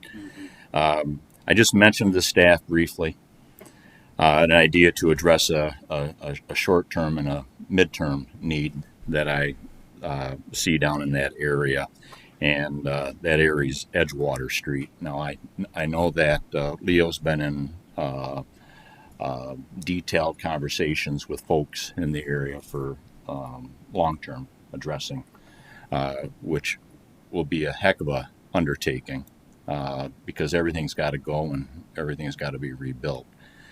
But what I'm asking for in the discussion is a consideration of use of resources to improve the paving in that area to address the degradation and the erosion of that street over the past year plus. And I know that neighbors have experienced a heck of a time with those water levels and the erosion. And I'd like to provide what relief we can as we consider, a longer term addressing of those issues down there. And it also gives us an opportunity maybe to practice with our new paving equipment. And I think each one of us might have a turn at the lever on that. But I'm just putting this forward to consideration. I know we did when we ran out of time for the project at the beach due to construction schedules and whatnot, we pivoted and allocated resources to two of our neighborhood parks. It's just food for thought. It's just food for thought, and just putting that out for consideration. I feel we'll have numerous opportunities to speak about ongoing beach pedestrian and traffic design, and maybe that comes sooner or later. But in the meantime, I'm thinking, in my mind, having walked that area quite regularly, that perhaps resources could be best allocated before the snows fall and the moon craters get any crazier. It's just I don't know if I'm out there, but I just thought just perhaps. So that just meant Commissioner Ramsey, and then Commissioner Emery, then Commissioner Johnson. So I have two questions, and they're not necessarily for you, Mayor, but thank you for bringing that up. Maybe thank you for bringing that up. It didn't occur to me. So, Leo, these questions are for you. If we were to look at shifting these dollars from Pere Marquette to address the real issue that is Edgewater, and it has been we've heard from many, many, many, many residents about it. So it makes total sense. But how soon could you get could you provide us with at least an estimated cost and timeline of how long that would take? Because that's my concern, is for us to either overspend, which I know is typically not my concern, but overspending because of the short amount of time that we might have left to do how much work is necessary. I'm afraid that we're going to get into it and realize, oh no, it's not just 10% more, it's a ton more. And so I would love to see a timeline addressing exactly what the mayor is talking about, so that we know that we have enough time to do it and do it correctly without going, hundreds of thousands of dollars over budget because we didn't have enough time and we had to work around the clock or whatever those situations look like. I live on Peck Street. And so right now I know what all of that looks like firsthand. and I see those guys out doing so much hard work all the time. And I think that it's a very viable option for those dollars and for an area that really needs it before the winter. I just would be nervous. I guess to answer your question, if we're looking at kind of a short-term fix for Edgewater where we just pave what's there today, that could happen pretty quickly. We have a paver. We have the ability to do that. We did a cost estimate for what that would take. At one point, I'd have to dig it up. I don't know the number off the top of my head. But we could put a paving job on Edgewater in short term. Now, that doesn't fix the long-term problems on Edgewater, but Right. that buys you time until you get to that long-term solution, I guess. That's an answer to your question? Ish. So then I guess what I would like to see is if we're just talking about slapping a Band-Aid on a bullet wound, but maybe there's a stages of things. I don't know how construction works. But maybe there's stages that we could take this money that we were already going to allocate to get a great foundation built. You can't put windows in a house that doesn't have walls. So that we're building upon what that long term is instead of just throwing down some pavement until it washes away. And I think the problem with the long-term solution on Edgewater is really that it's going to have to involve the residents and a special assessment and a lot of participation on their side, and that's just going to take a lot of time to put together. We've laid the groundwork, we've done the study, we've talked about what that solution looks like, but I don't know that there's broad support for that right now. Right now they have a gravel street. They had a paved road. It was turned into a gravel street as a result of the flooding. So they've kind of gone backwards on what the city has provided them. So this would shorten that, at least offer some short-term resolution to that, I could see, in a reasonable way. Okay, then I have one thing to say and then I'll stop because it's out of my realm. I would support this because I also think that if we have the opportunity to do this, do we have an opportunity to leverage and reconnect with that neighborhood to further those discussions about true long-term improvements with our residents by showing them that we're ready to show up and to do these things that are needed now, and we have the money to do it, then I think that's a great idea. Kudos. Okay. Commissioner Emery and then Commissioner Johnson, then the Vice Mayor. I like it a lot. I think Edgewater is in dire need. Yep. And I've heard from a whole lot of the residents over there that have to drive it daily. So, yes, I think so. But the long term, I know we discussed it. What was the dollar amount of that? I would have to go back to that report. I feel like it was in the range of $2 million Yeah, I for think everything. it was. By the time you did the riparian work, raised the road, addressed the utilities, it was a substantial investment. But what if the road wasn't raised? Because now the water is receding. I'm just going on the engineering report we had done recommended that the road be raised and everything be done together. If you don't raise the road is just at risk to be flooded on the next cycle, be damaged, be broken down early, and that's just not sustainable for us as a city to have to replace that road every 20 years when everybody else's road is done every 50 years or whatever it might be. So to do it the right way would be the long range. Yeah, and I mentioned special assessments. There's several houses that would have to be raised. It's a big undertaking to do what's truly needed down there to make that a resilient coastline area, that's livable for people every year, not just the, 20 years that the water's at the right elevation. So in your professional opinion and experience, if we did just put new asphalt on it, how long do you think that would last, and what would the cost be? I have the cost in my office. I don't remember it Okay. off the top of my head. You know, if the water elevations stay low, you know, just a single layer of asphalt should last 10 to 12 years pretty Okay. easily. You know, what hurts that road is when the water comes up, it breaks it apart, you know, a lot quicker. Yeah. Right. Okay. Commissioner Johnson? Yeah, thank you, Mr. Mayor. Yeah, that road is in bad shape, for sure. It's barely a road. It's like gravel and dirt, and yeah, not much of a road. And I can understand the residents' frustrations with driving that on daily and wanting to resolve it by this winter. And so I would support getting out our paver and patching that and improving the situation.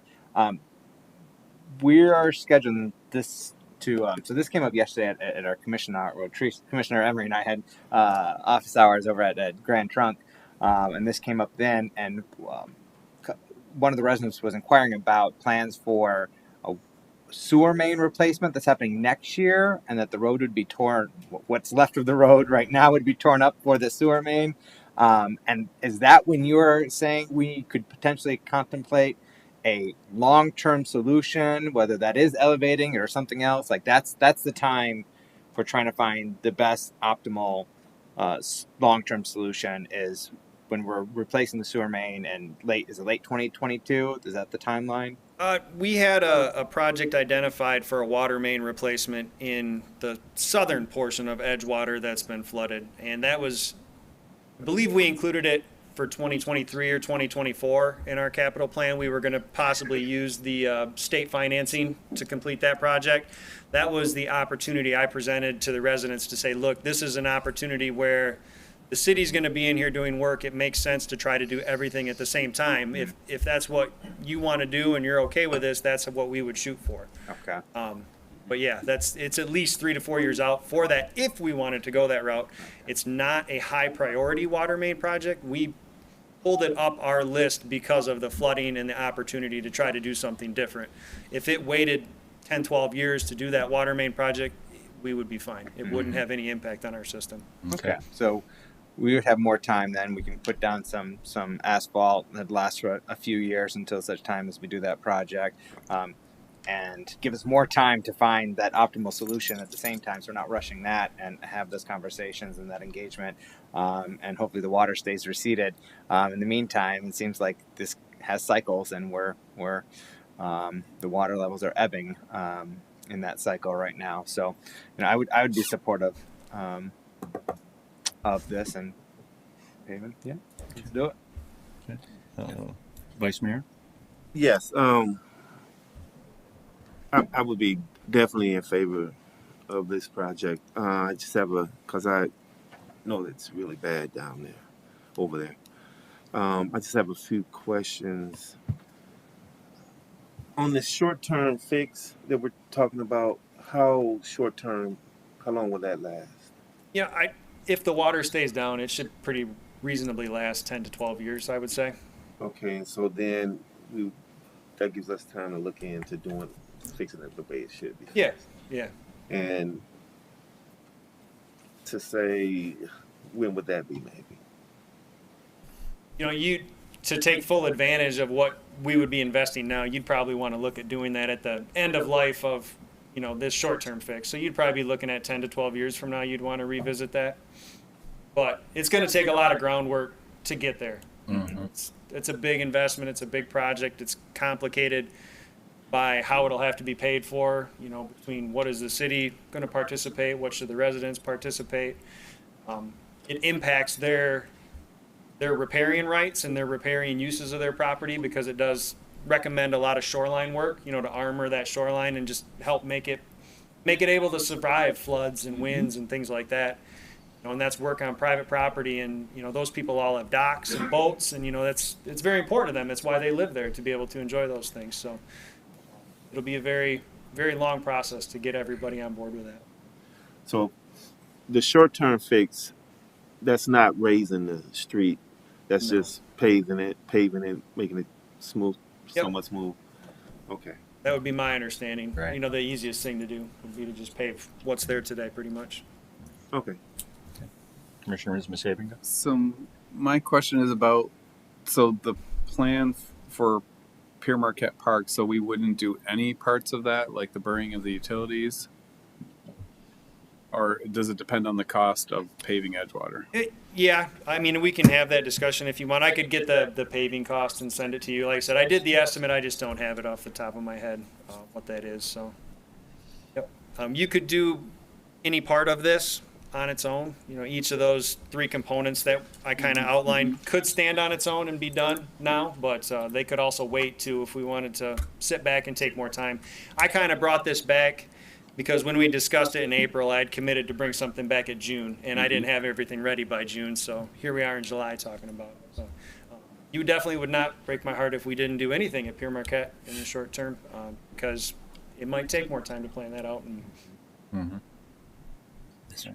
Mayor, if I could just point out a couple things. One, I wondered if maybe, although, I mean, the idea of shifting our time and our resources to this other thing is one thing, but I don't know that I would necessarily recommend, I mean, it's up to you guys, but I don't know if I would recommend spending those beach dollars on this. I would probably recommend, regular Act 51 money on the roadside and leave the parking money as kind of, I don't want to say said we'd spend it on, which is park related.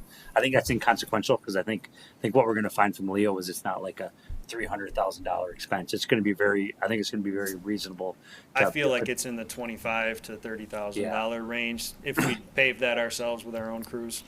So that's what I'm saying. I find that number again for sure. I think it might be smart just to use Act 51 dollars to do that. Leave the beach parking revenue intact so that whatever we do down there at the beach, unless we just decide just to pave over what we have and make it look prettier, it's a $1 million investment. So leaving those dollars intact there might just be the smarter move for that, especially if we got $25,000 of Act 51 money. I'm sure we have available. Mm-hmm. Okay. Commissioner Ramsey? So, love the fact that the 12 years gives us the opportunity to work with the residents to provide a long-term solution. Nobody's in a rush. It's something we can really suss out and make sure that it's going to provide sustainability for that area moving forward. Love that. If we're talking about not using these funds, specifically these parking funds, for the repaving of Edgewater, then what I would like to see, I'm so sorry, Leo, is the burying of the utilities at the beach, even if we do nothing else, because we know that that's a big deal, right? And if we have the time to do it, that would be great. And still, let me pave Edgewater on the paver. That would be great. I would support that. And then it gives us time to get the utilities buried, which we know is important, and then gives us more time to engage and talk about pathways and walkways and trees. But it still gets some of that big infrastructure work done. Commissioner Emery, did you have your hand up again? No. Okay. Well, yeah. No, I did. I thought. Okay, because they're not. I love the idea of putting money into Edgewater. But it brought up a question that was brought up yesterday, and that is, or maybe a couple days ago, that was asking me how can they bury, and how will they bury, and how deep will they bury the utilities along in the sand? How will? I'd have to defer to consumers. I think their minimum depth is like 3 feet, 30 inches, 36 inches at least. Most of the lines just go away. The only thing we need to bury is a new line to provide the electric service at the Kite Shack building, which actually would come in from the filter plant direction and go under Beach Street over to that. So there wouldn't be a line buried all the way along there. Yeah, just because they were concerned that it would get dug up easily and, being at the beach. Blow away. That too. Okay. Those kids out there like to dig to China in that awesome sand we have. Yeah, I go down with my bucket once a week. Oh, see? See? Free sand. Yeah. Free range sand. Yeah. Organic sand. Commissioner Johnson, you have your finger up? yeah, before we got the electrical lines, before we started talking about, and I agree with using the Act 51 funds for that rather than the park funds, because our park funds weren't necessarily supposed to go to paving roads elsewhere unless it's servicing our park. So I agree in that regard. But before that, I was going to say let's still fund trees in terms of buying the trees. You know, some of them are going to take time to grow, and I'd say plant the ones we can in the current tree line that we have. That's under my opinion that we should, you know, redesign our approach to that of having the expanded parking if we do that, going up to the current sidewalk and having the pathway, the walkway on the other side of the trees, and maintaining the current canopy and adding more trees and caring for the ones we have and pruning the ones we have.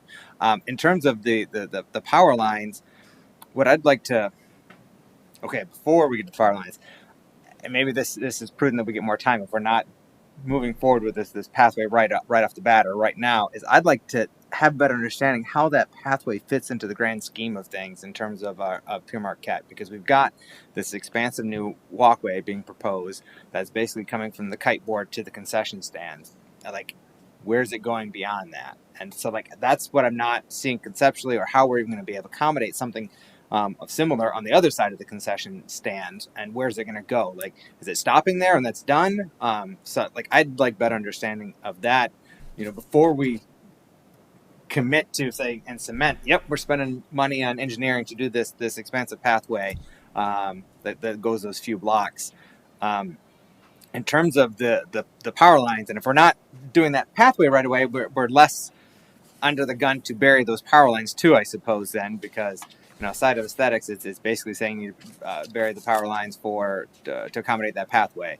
I love burying power lines. I wish we could have all the power lines across the entire city buried. I think they're not aesthetically pleasing anywhere, the beach or anywhere else in our city. However, I realize that is a costly undertaking, and consumers isn't going to do it for free for us.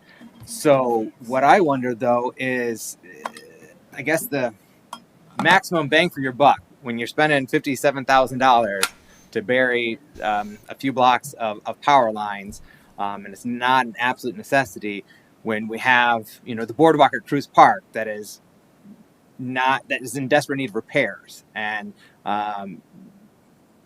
people can't access that beach through that boardwalk we have. So putting resources into repairing that which we already have, and that is going to, I think, have greater quality of life benefit than burying these lines, which I think I would love to be buried.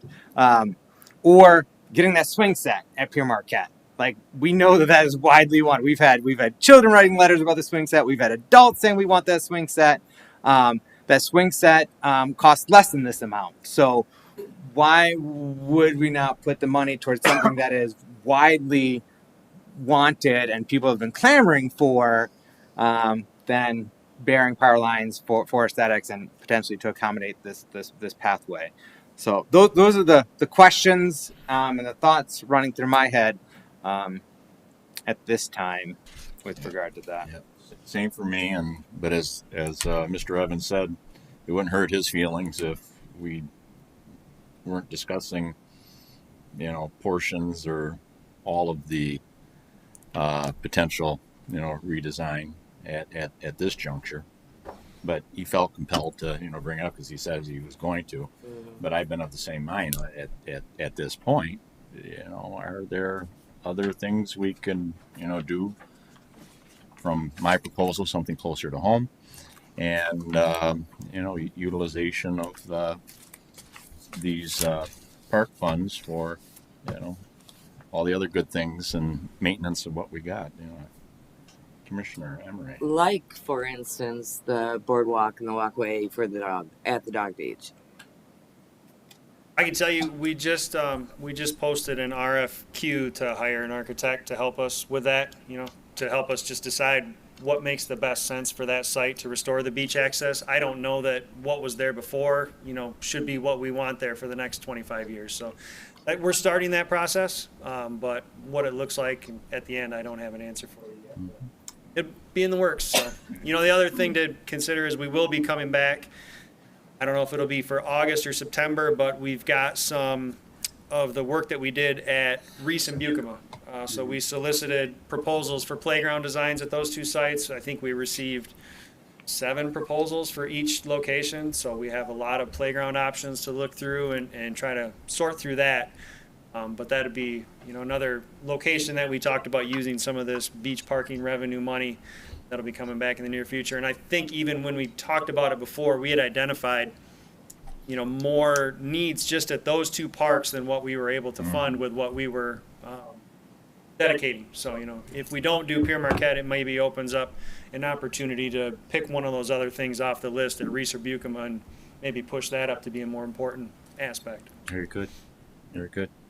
Commissioner Ramsey, I see your red pen, sir. Yep, I'm going to push back. I think that with the amount of parking revenue that we have that was meant to go into parks across the city, and not just the parks in West Muskegon, that there's an opportunity to do things like set us up for success in burying the power line, the utilities now, and still take some of those dollars, those additional dollars from either ARPA, because we know that those are going to go into to more beaches or to more parks east of Muskegon. So I would not be opposed to saying, even though we said that these, I have it on video somewhere, that these funds would go into parks in my neighborhoods, that we could take that additional dollars and put into this walkway that you speak of. Because we'll have the ARPA funds that will then build better parks for within the rest of the city. But I think we can do both. It doesn't have to be one or. If I might suggest to allow Mr. Evans time and opportunity to collate all the information coming in on McRae and Bucoma, so we can see what those dollars are going to be looking like, and get that concept in our own heads. And I think that also gives us the opportunity to see really the magnitude of the cost of these type of projects. I think we'd be in a better position to then look at some of these realities and see how we might want to. I don't want to say divvy up, but look at those realities and look at longer term discussions on some of the other facilities throughout the city. But right now, I think we're very blessed, even though the project probably would have been fairly completed by now, if not for running out the calendar on the pedestrian and traffic and parking project that we ran out of time on. But in the meantime, we're making best use of those resources for our neighborhood parks. Let's get an idea of what those realities are, and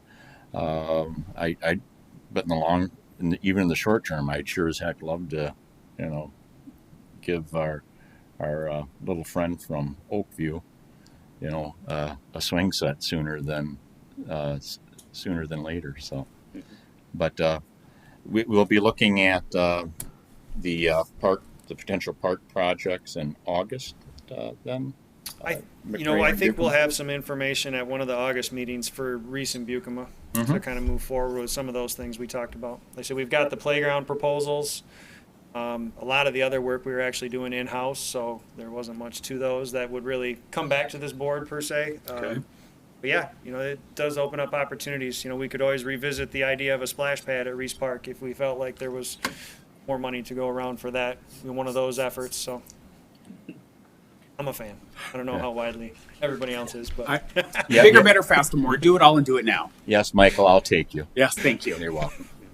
Commissioner Johnson. Yeah, just one more thing with regard to investments and improvements at Pier Marquette Park. In lieu of those electrical upgrades to bury those lines, which putting it towards electrical upgrades at Indiana Avenue. I don't think you weren't DPW director at the time. You might have been in engineering at the time. But I just had a pop-up notice this week from a memory 5 years ago. Back this time, 2016, when we were evaluating the results of comprehensive forums that we had about investments and improvements at Pier Marquette Park. And one of the things that had been embraced by many people then was developing that area of Indiana Avenue that bisects the ovals and having a promenade or plaza there and having retail chalets there. as well on the what's already existing street. So having the electrical not on the beach. Why you trying to Talking start a about war? Indiana Avenue. That's where they belong. The And old alley. that's where we envision them, and the community envisioned them, and the community embraced them. I mean, not only is that creating entrepreneurial opportunities for folks in our community, but catering to beachgoers and making that experience more pleasant. You forget your suntan lotion or parasol or whatnot, you can go to one of their chalets. There are more food options. And so having electrical upgrades there to accommodate that, I see would be beneficial and help us move us forward with that vision from 5 years ago, and kind of recreating too that awesome social sandbox that we have, which we expect is going to be temporary, but having not to put a sandbox on that area, but stringing up those lights or those shading things, and so creating a cool, vibrant atmosphere in that little area, because that had been really well received. A lot of people had supported that and advocated for that at the time. I honestly, I don't recall anyone saying, "Yeah, we really need to bury the lines on over by the kiteboarding place." And so I just like to see us, moving forward with realizing that vision from several years ago, and that's where I could see us allocating some resources. So, thank you. Okay, thank you. Anything else on Pierre Marquette at this juncture? I was just gonna say that I don't remember what we budgeted, but we're through the weekend we're at $408,000 of parking revenue. Oh, so we could have the lights strung up and the lights buried. It's settled. I'm not looking to make you spend it today, but Well, I'm just saying. Would you stop throwing stuff out, please? Stop giving me money to spend. We can start a GoFundMe campaign. Yes, yes. Burials. Can I get a swing set, please? Thank you. What we're going to do is bring our shovels and our pails and just get out there and do it ourselves. Okay. Thank you so much. Thank you, Director Evans.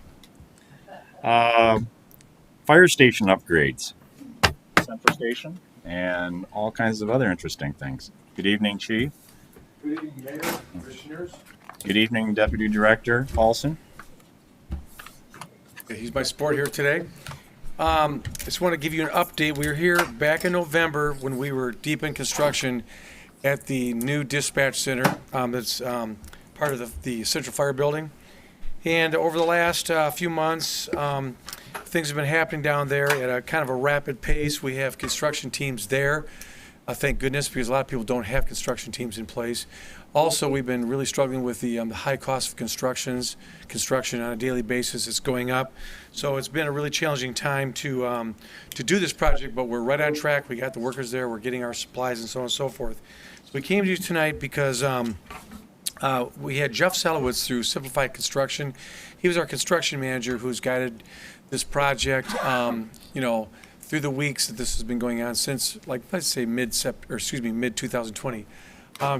Deputy Director Paulson has also been there on a daily basis working with all the construction team members because a lot of things are happening in our building. Of course, they added on quite a large area to the dispatch center, which the good news is they're open now, dispatching out of there.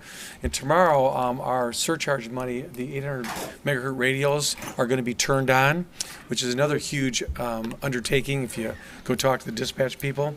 But we've been dealing with a lot of the construction, day-to-day things that are happening where we noticed we had a lot of issues with our building. We're trying to fix those at the same time that we're adding on to the building. We're also fixing the external area. We're also working on the parking lot. We had a lot of broken pads in the back of the fire station because the fire station now is approximately 15 to 16 years old that's being used. So we actually have a lot of wear and tear on our asphalt and our concrete pads that service our bay area. And then in early June, the city had a settlement with the American Disabilities settlement, which we have approximately 18 items that we have to fix at our fire station in the next 3 years. So we're going to try to incorporate this list. So what I'm telling you is when I came to you in November asking for $236,000 in our share of enhancement and upgrades, it has increased since then as we've progressed through the construction process. So Jeff Salas was going to be here tonight, but he is no longer with Simplified Construction, and so but I talked to him over the last week when I did the staff report, and we had some what they call change orders or additions, and it was approximately $150,000. I talked to him today. I had put on this request $165,468, and I also put in your packet kind of this colorful matrix that kind of mapped out exactly what they were, and those are close. And you can see since November, which was 236,230, it increased to about 385,613. That is actually probably the closer cost, but like I talked to Jeff Salowitz today, you can see that some of the projects I had questioned along with Jeff, and they were then satisfied by the dispatch funds, that we incurred costs because their remodel forced us to change something, so they took that cost on. Then there was another cost here for about $10,000. We were going to do some carpeting. I just didn't feel that was necessary at this time in our training room, so I struck that out of there. So in the end, it was came up to about $386,000. This request today was for $401,000, so we're over by approximately, I'd say 15,000. But as I talked to Salowitz today, he said, it's not over yet. Plus, we have all these American Disability issues that we have to take care of over the next couple of years. Since we have the construction team there now, we'll be working on those also. So what I'm saying is, I've got kind of a moving target here, okay? We went from 236 up to 385.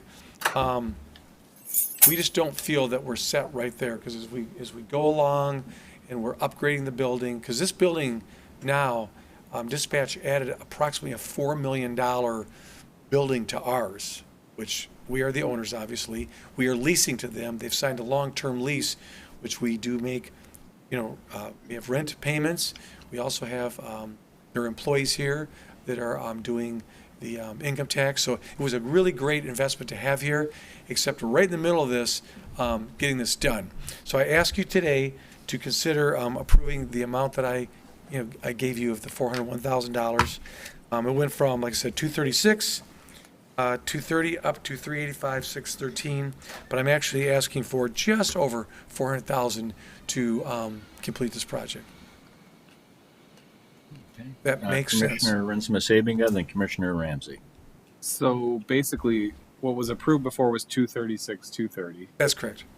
You're asking to increase that by 165,468. That's And correct. that would equal 401,698. That's correct. So you're not asking for $401,000. No, You're asking absolutely. to get to 401,000. That would be our total commitment, hopefully.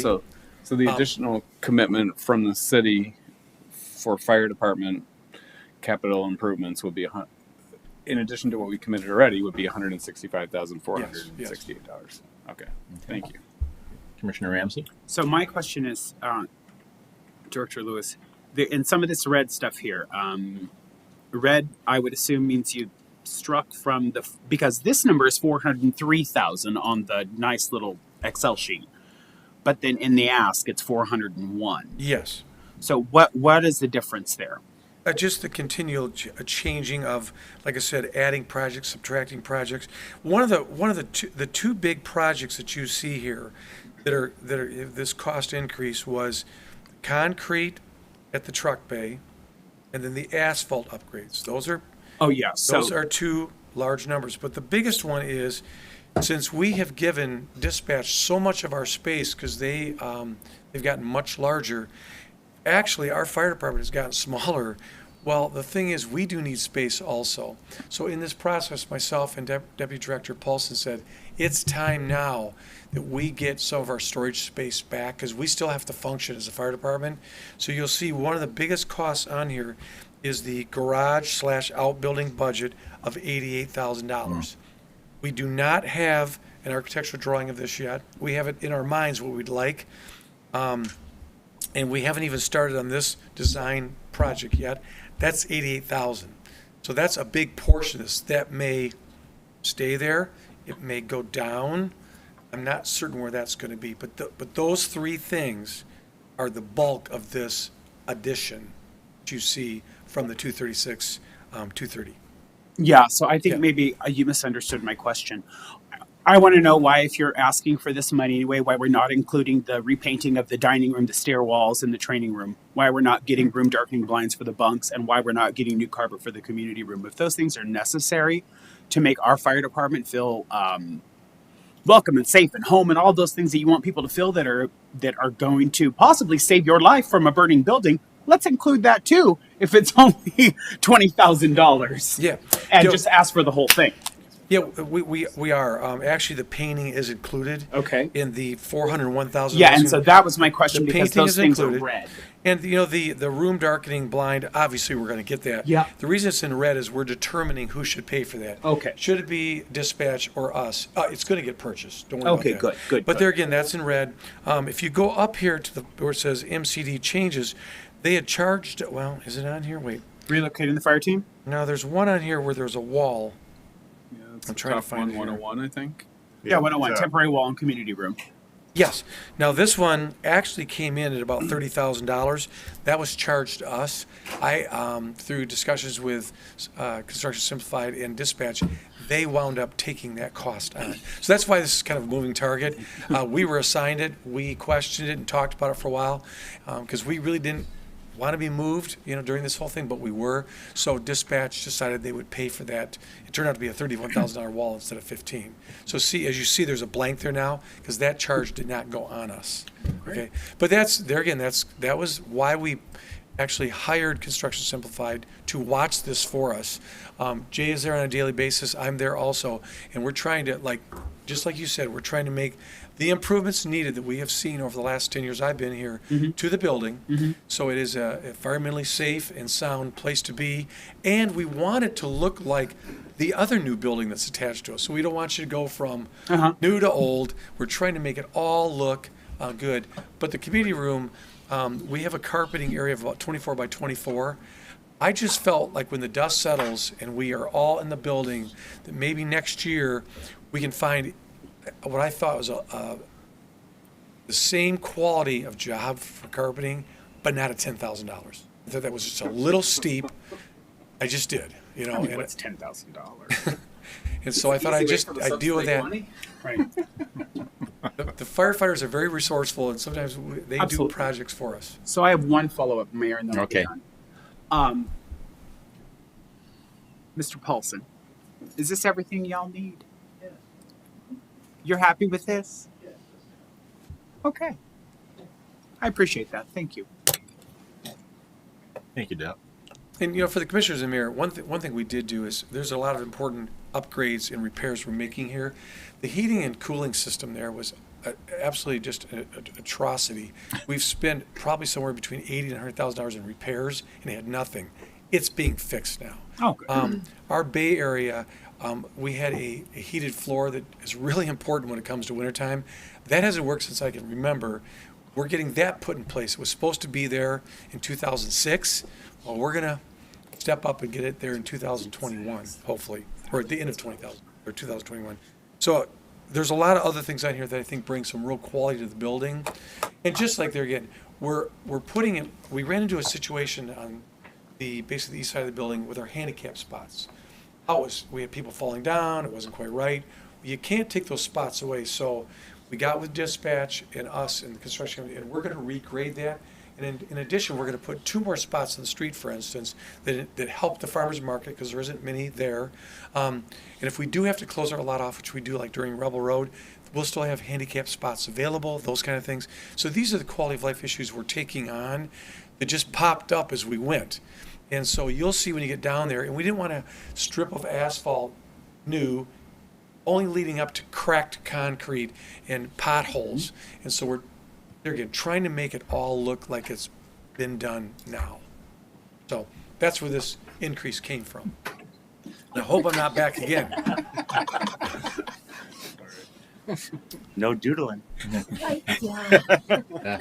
Good thing that's not on the brief. Yeah.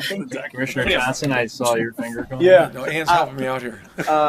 So the 165,000 that you're asking in addition for this, you're going to try to get as much of that cost from Central Dispatch as well for their items that you think are they're responsible for, should be responsible for. So our total cost, additional cost, may be less than this 160. You're just requesting up to the max that you Up to expect that, yeah. is needed. And I hope I can stay there, because if this building, this attachment goes over 88,000, I may come back here, but I'm just saying it's really hard to nail this down with our current labor situation and the price of construction items. These are the two unknowns, and I'm sure you've heard about it. I mean, Oh yeah, it's yeah. true, Fortunately, it's starting to unfortunately. get some relief on some of those construction costs or supply costs. Yeah.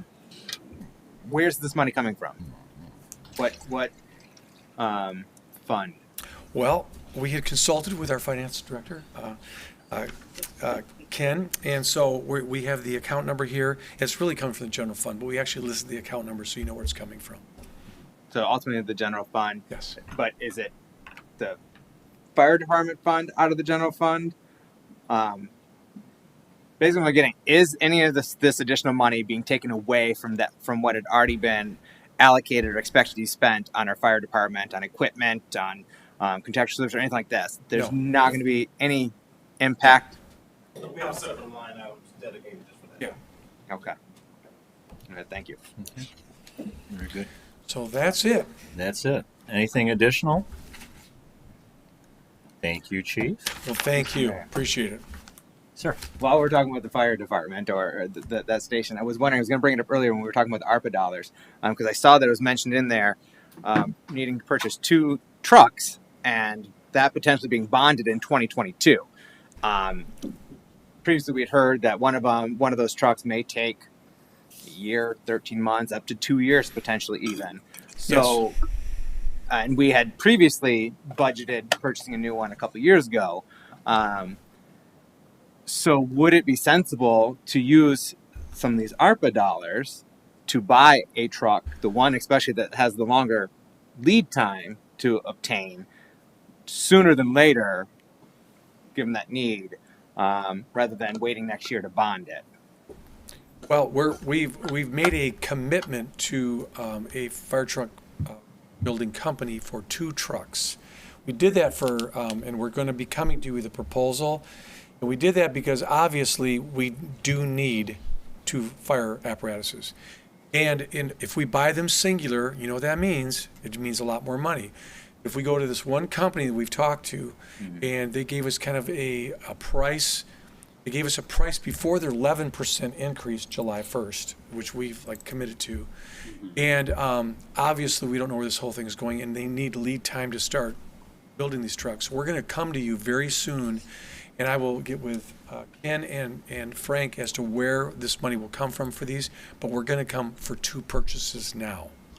And we think we can save the city at least 11, if not more percent. And when you're talking a large amount of money here, it adds up.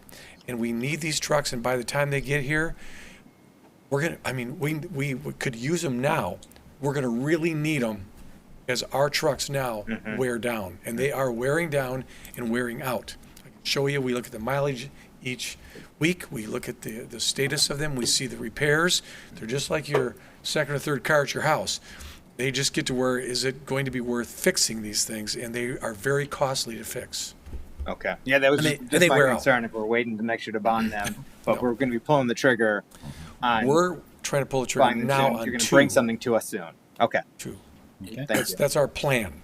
And I think it's depending on where the interest rates are, it might be that we do more like a purchase installment agreement and versus bonding, but we'll kind of look at all the options. If you remember, I think the arena improvements we did with the installment purchase agreement, and then they kind of let us out of it because we got better rates.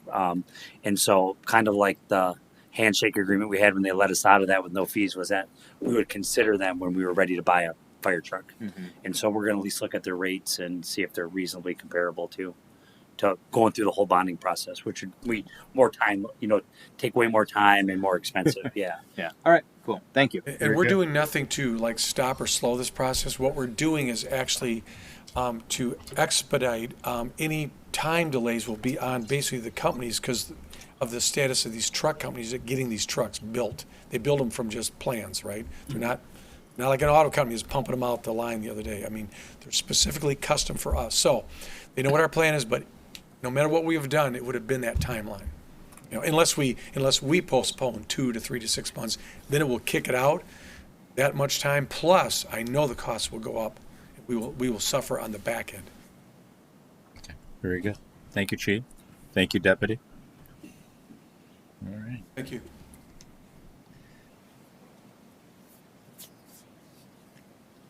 That we have your meeting tonight. I think don't it's we? very quick. Okay, but we have public comment first. Thank you, staff, for your diligence, your patience, your hard work. At this time, we invite anyone who would like to give public comment. Each individual that would like to give comment to the commission is invited up. Just give your name, your address. You're given 3 minutes for comment. We don't engage in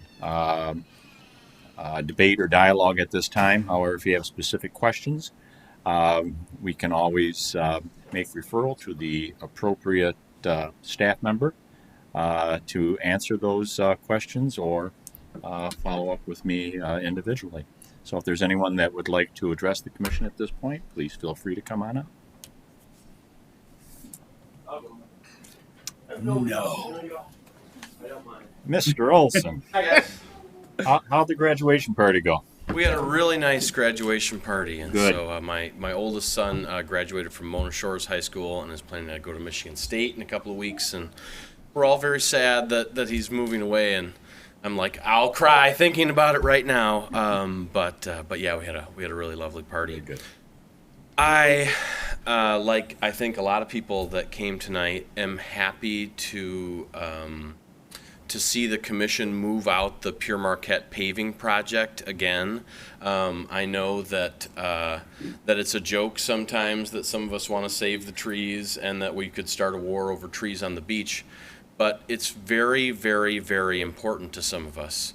And it is a sacred place that we hold near and dear and that we visit all the time. I go there several days a week and swim, and I just want to make sure that as we go forward and in the years coming, that we make a plan that includes saving those mature trees, and before we expand tons of extra parking on the beach, we take care of some of the beach infrastructure like the bathrooms. I don't know the last time that you were in the bathhouse at the beach, but it hasn't been worked on for 30 years. When I was a kid, that was like a nice upgrade that they did to it, I remember.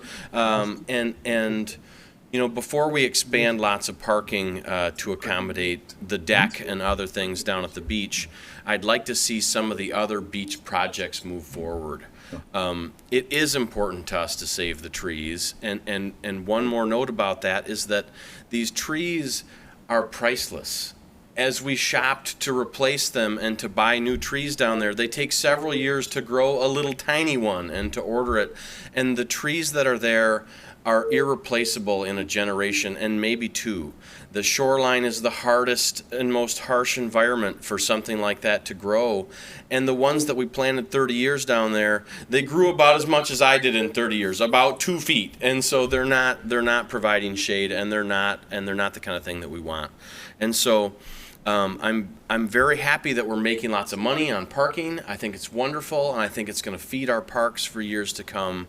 And I just want to make sure that we preserve that pristine beach, at all cost. And so when we move forward with beach paving and sidewalk, new bike trail, which I think we need. I would love to see the bike trail go all the way down, maybe even to the Silver Sides or to Harbor Town. That would be awesome.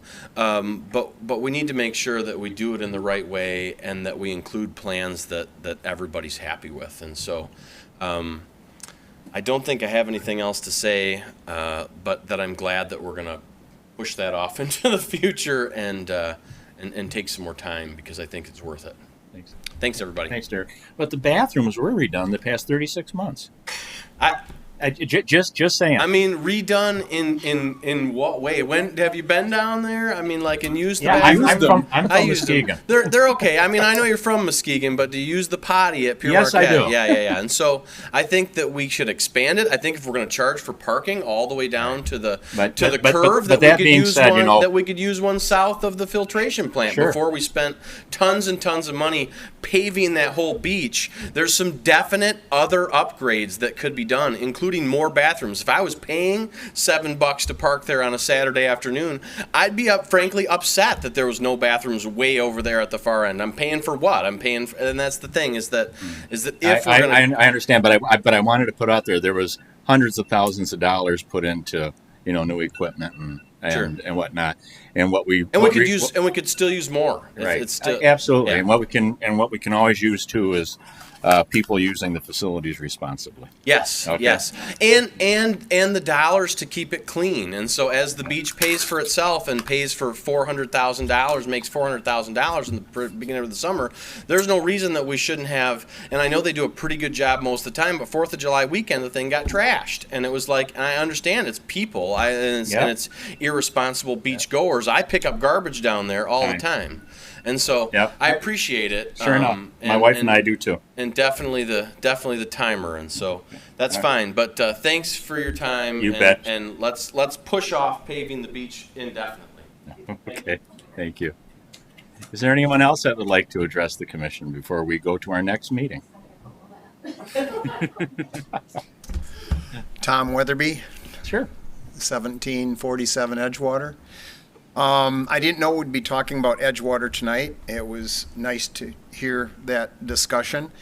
I know it does need a little work. It's needed work for years. Before we had high waters, I was down there probably once a week sweeping the street, putting the stones back in the potholes and stuff, trying to get us through until the water went up. But I want to just say thank you to Leo and the city, because I think Leo was very responsive, and we appreciated everything you did. I mean, you did as much as you could for us down there, and we do appreciate that.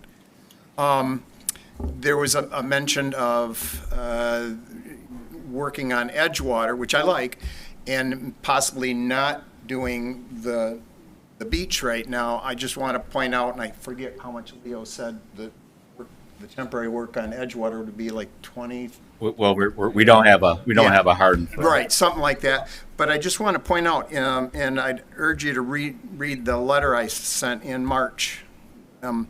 There's savings depending on what option, how you pave the beach. If you leave the tree, I mean, there's cost incurred to take out full-grown trees. And if you leave those trees, there's savings there, which you can take that savings, and if you would like, put it on Edgewater. I wouldn't argue with that. There's savings by not paving the 68 parking spots that are directly on Beach Street, which back in November, it was decided that was dangerous, and we wanted to take those out, but somehow they came back in. There's also, what was my other savings? I thought I had another one. The 20-foot asphalt walkway. I don't know of anyone that agrees with the 20-foot dimension. I think sounds like everyone wants to go to concrete now. Yeah. But, concrete is probably 70% to twice as much as asphalt. But if you reduce it from 20 feet to 10 feet, that's a wash. And I think everyone wants a wider walkway for pedestrians, bicycles, or whatever. I would still like to see that kind of move forward and not be put off too long. But again, not paving 47 feet into the beach. I think that's about it, but all right. Thank you. Thank you for your time. Thanks for coming out this night. Is there anyone else that'd like to come before the commission before we go to Commissioner Renson Saving this meeting? If not, thank you all for. Oh, okay. Come on up. I don't live here, but I do happen to own a property on Edgewater. Okay, I just need your name and address. Oh, sorry. So David Burnett, and it's 5855 Strasbourg Court, Reno, Nevada. So do own a property on Edgewater, and do own a property on Beach Street, also on Fulton as well. So yeah, happy to hear about Edgewater. So thank you all for that. I think about Beach Street. Just would like to reiterate what Tom said, and the individual over there. I would like you to consider what you're doing and not expand as far into the beach. I think the time can be taken to come up with a better plan. I can appreciate the money that's coming in. I don't think by doubling or tripling the parking, you're going to triple that revenue. I don't think there's that much demand for that much parking down there. I don't know if you've done any analysis with data to see the number of cars down there, the number of bikes down there. Do you need 20 feet of the bike path? I don't think so. I think 10 would be sufficient. So I think they're just some of the things I think that need to be thought about. So I'd just like to say that. Okay, thank you kindly. Can I add one thing? Quickly. Today You I have 30 marked seconds out left. I can do it. There's 14 spots north of the new stop sign that was put that used to be there, but now it's just sand. But there's still signs saying no parking, but there's no place to park unless you drive on the sand. And I'm just saying if you need more parking spots, there's 14 spots right there that 2 years ago they were there. Even a year ago they were there, but they're not there anymore. Okay. From the just north of the stop sign. Leo's taking note. Thank you. Is there anyone else who would like to address the commission? If not, Vice Mayor? Mr. Mayor. What? This is public comment time. Yeah, no, something I forgot earlier. Yeah. Someone brought up in public comment, so I just wanted to share in terms of the bathhouse or putting in bathrooms on the other side, on the south of the filtration plant.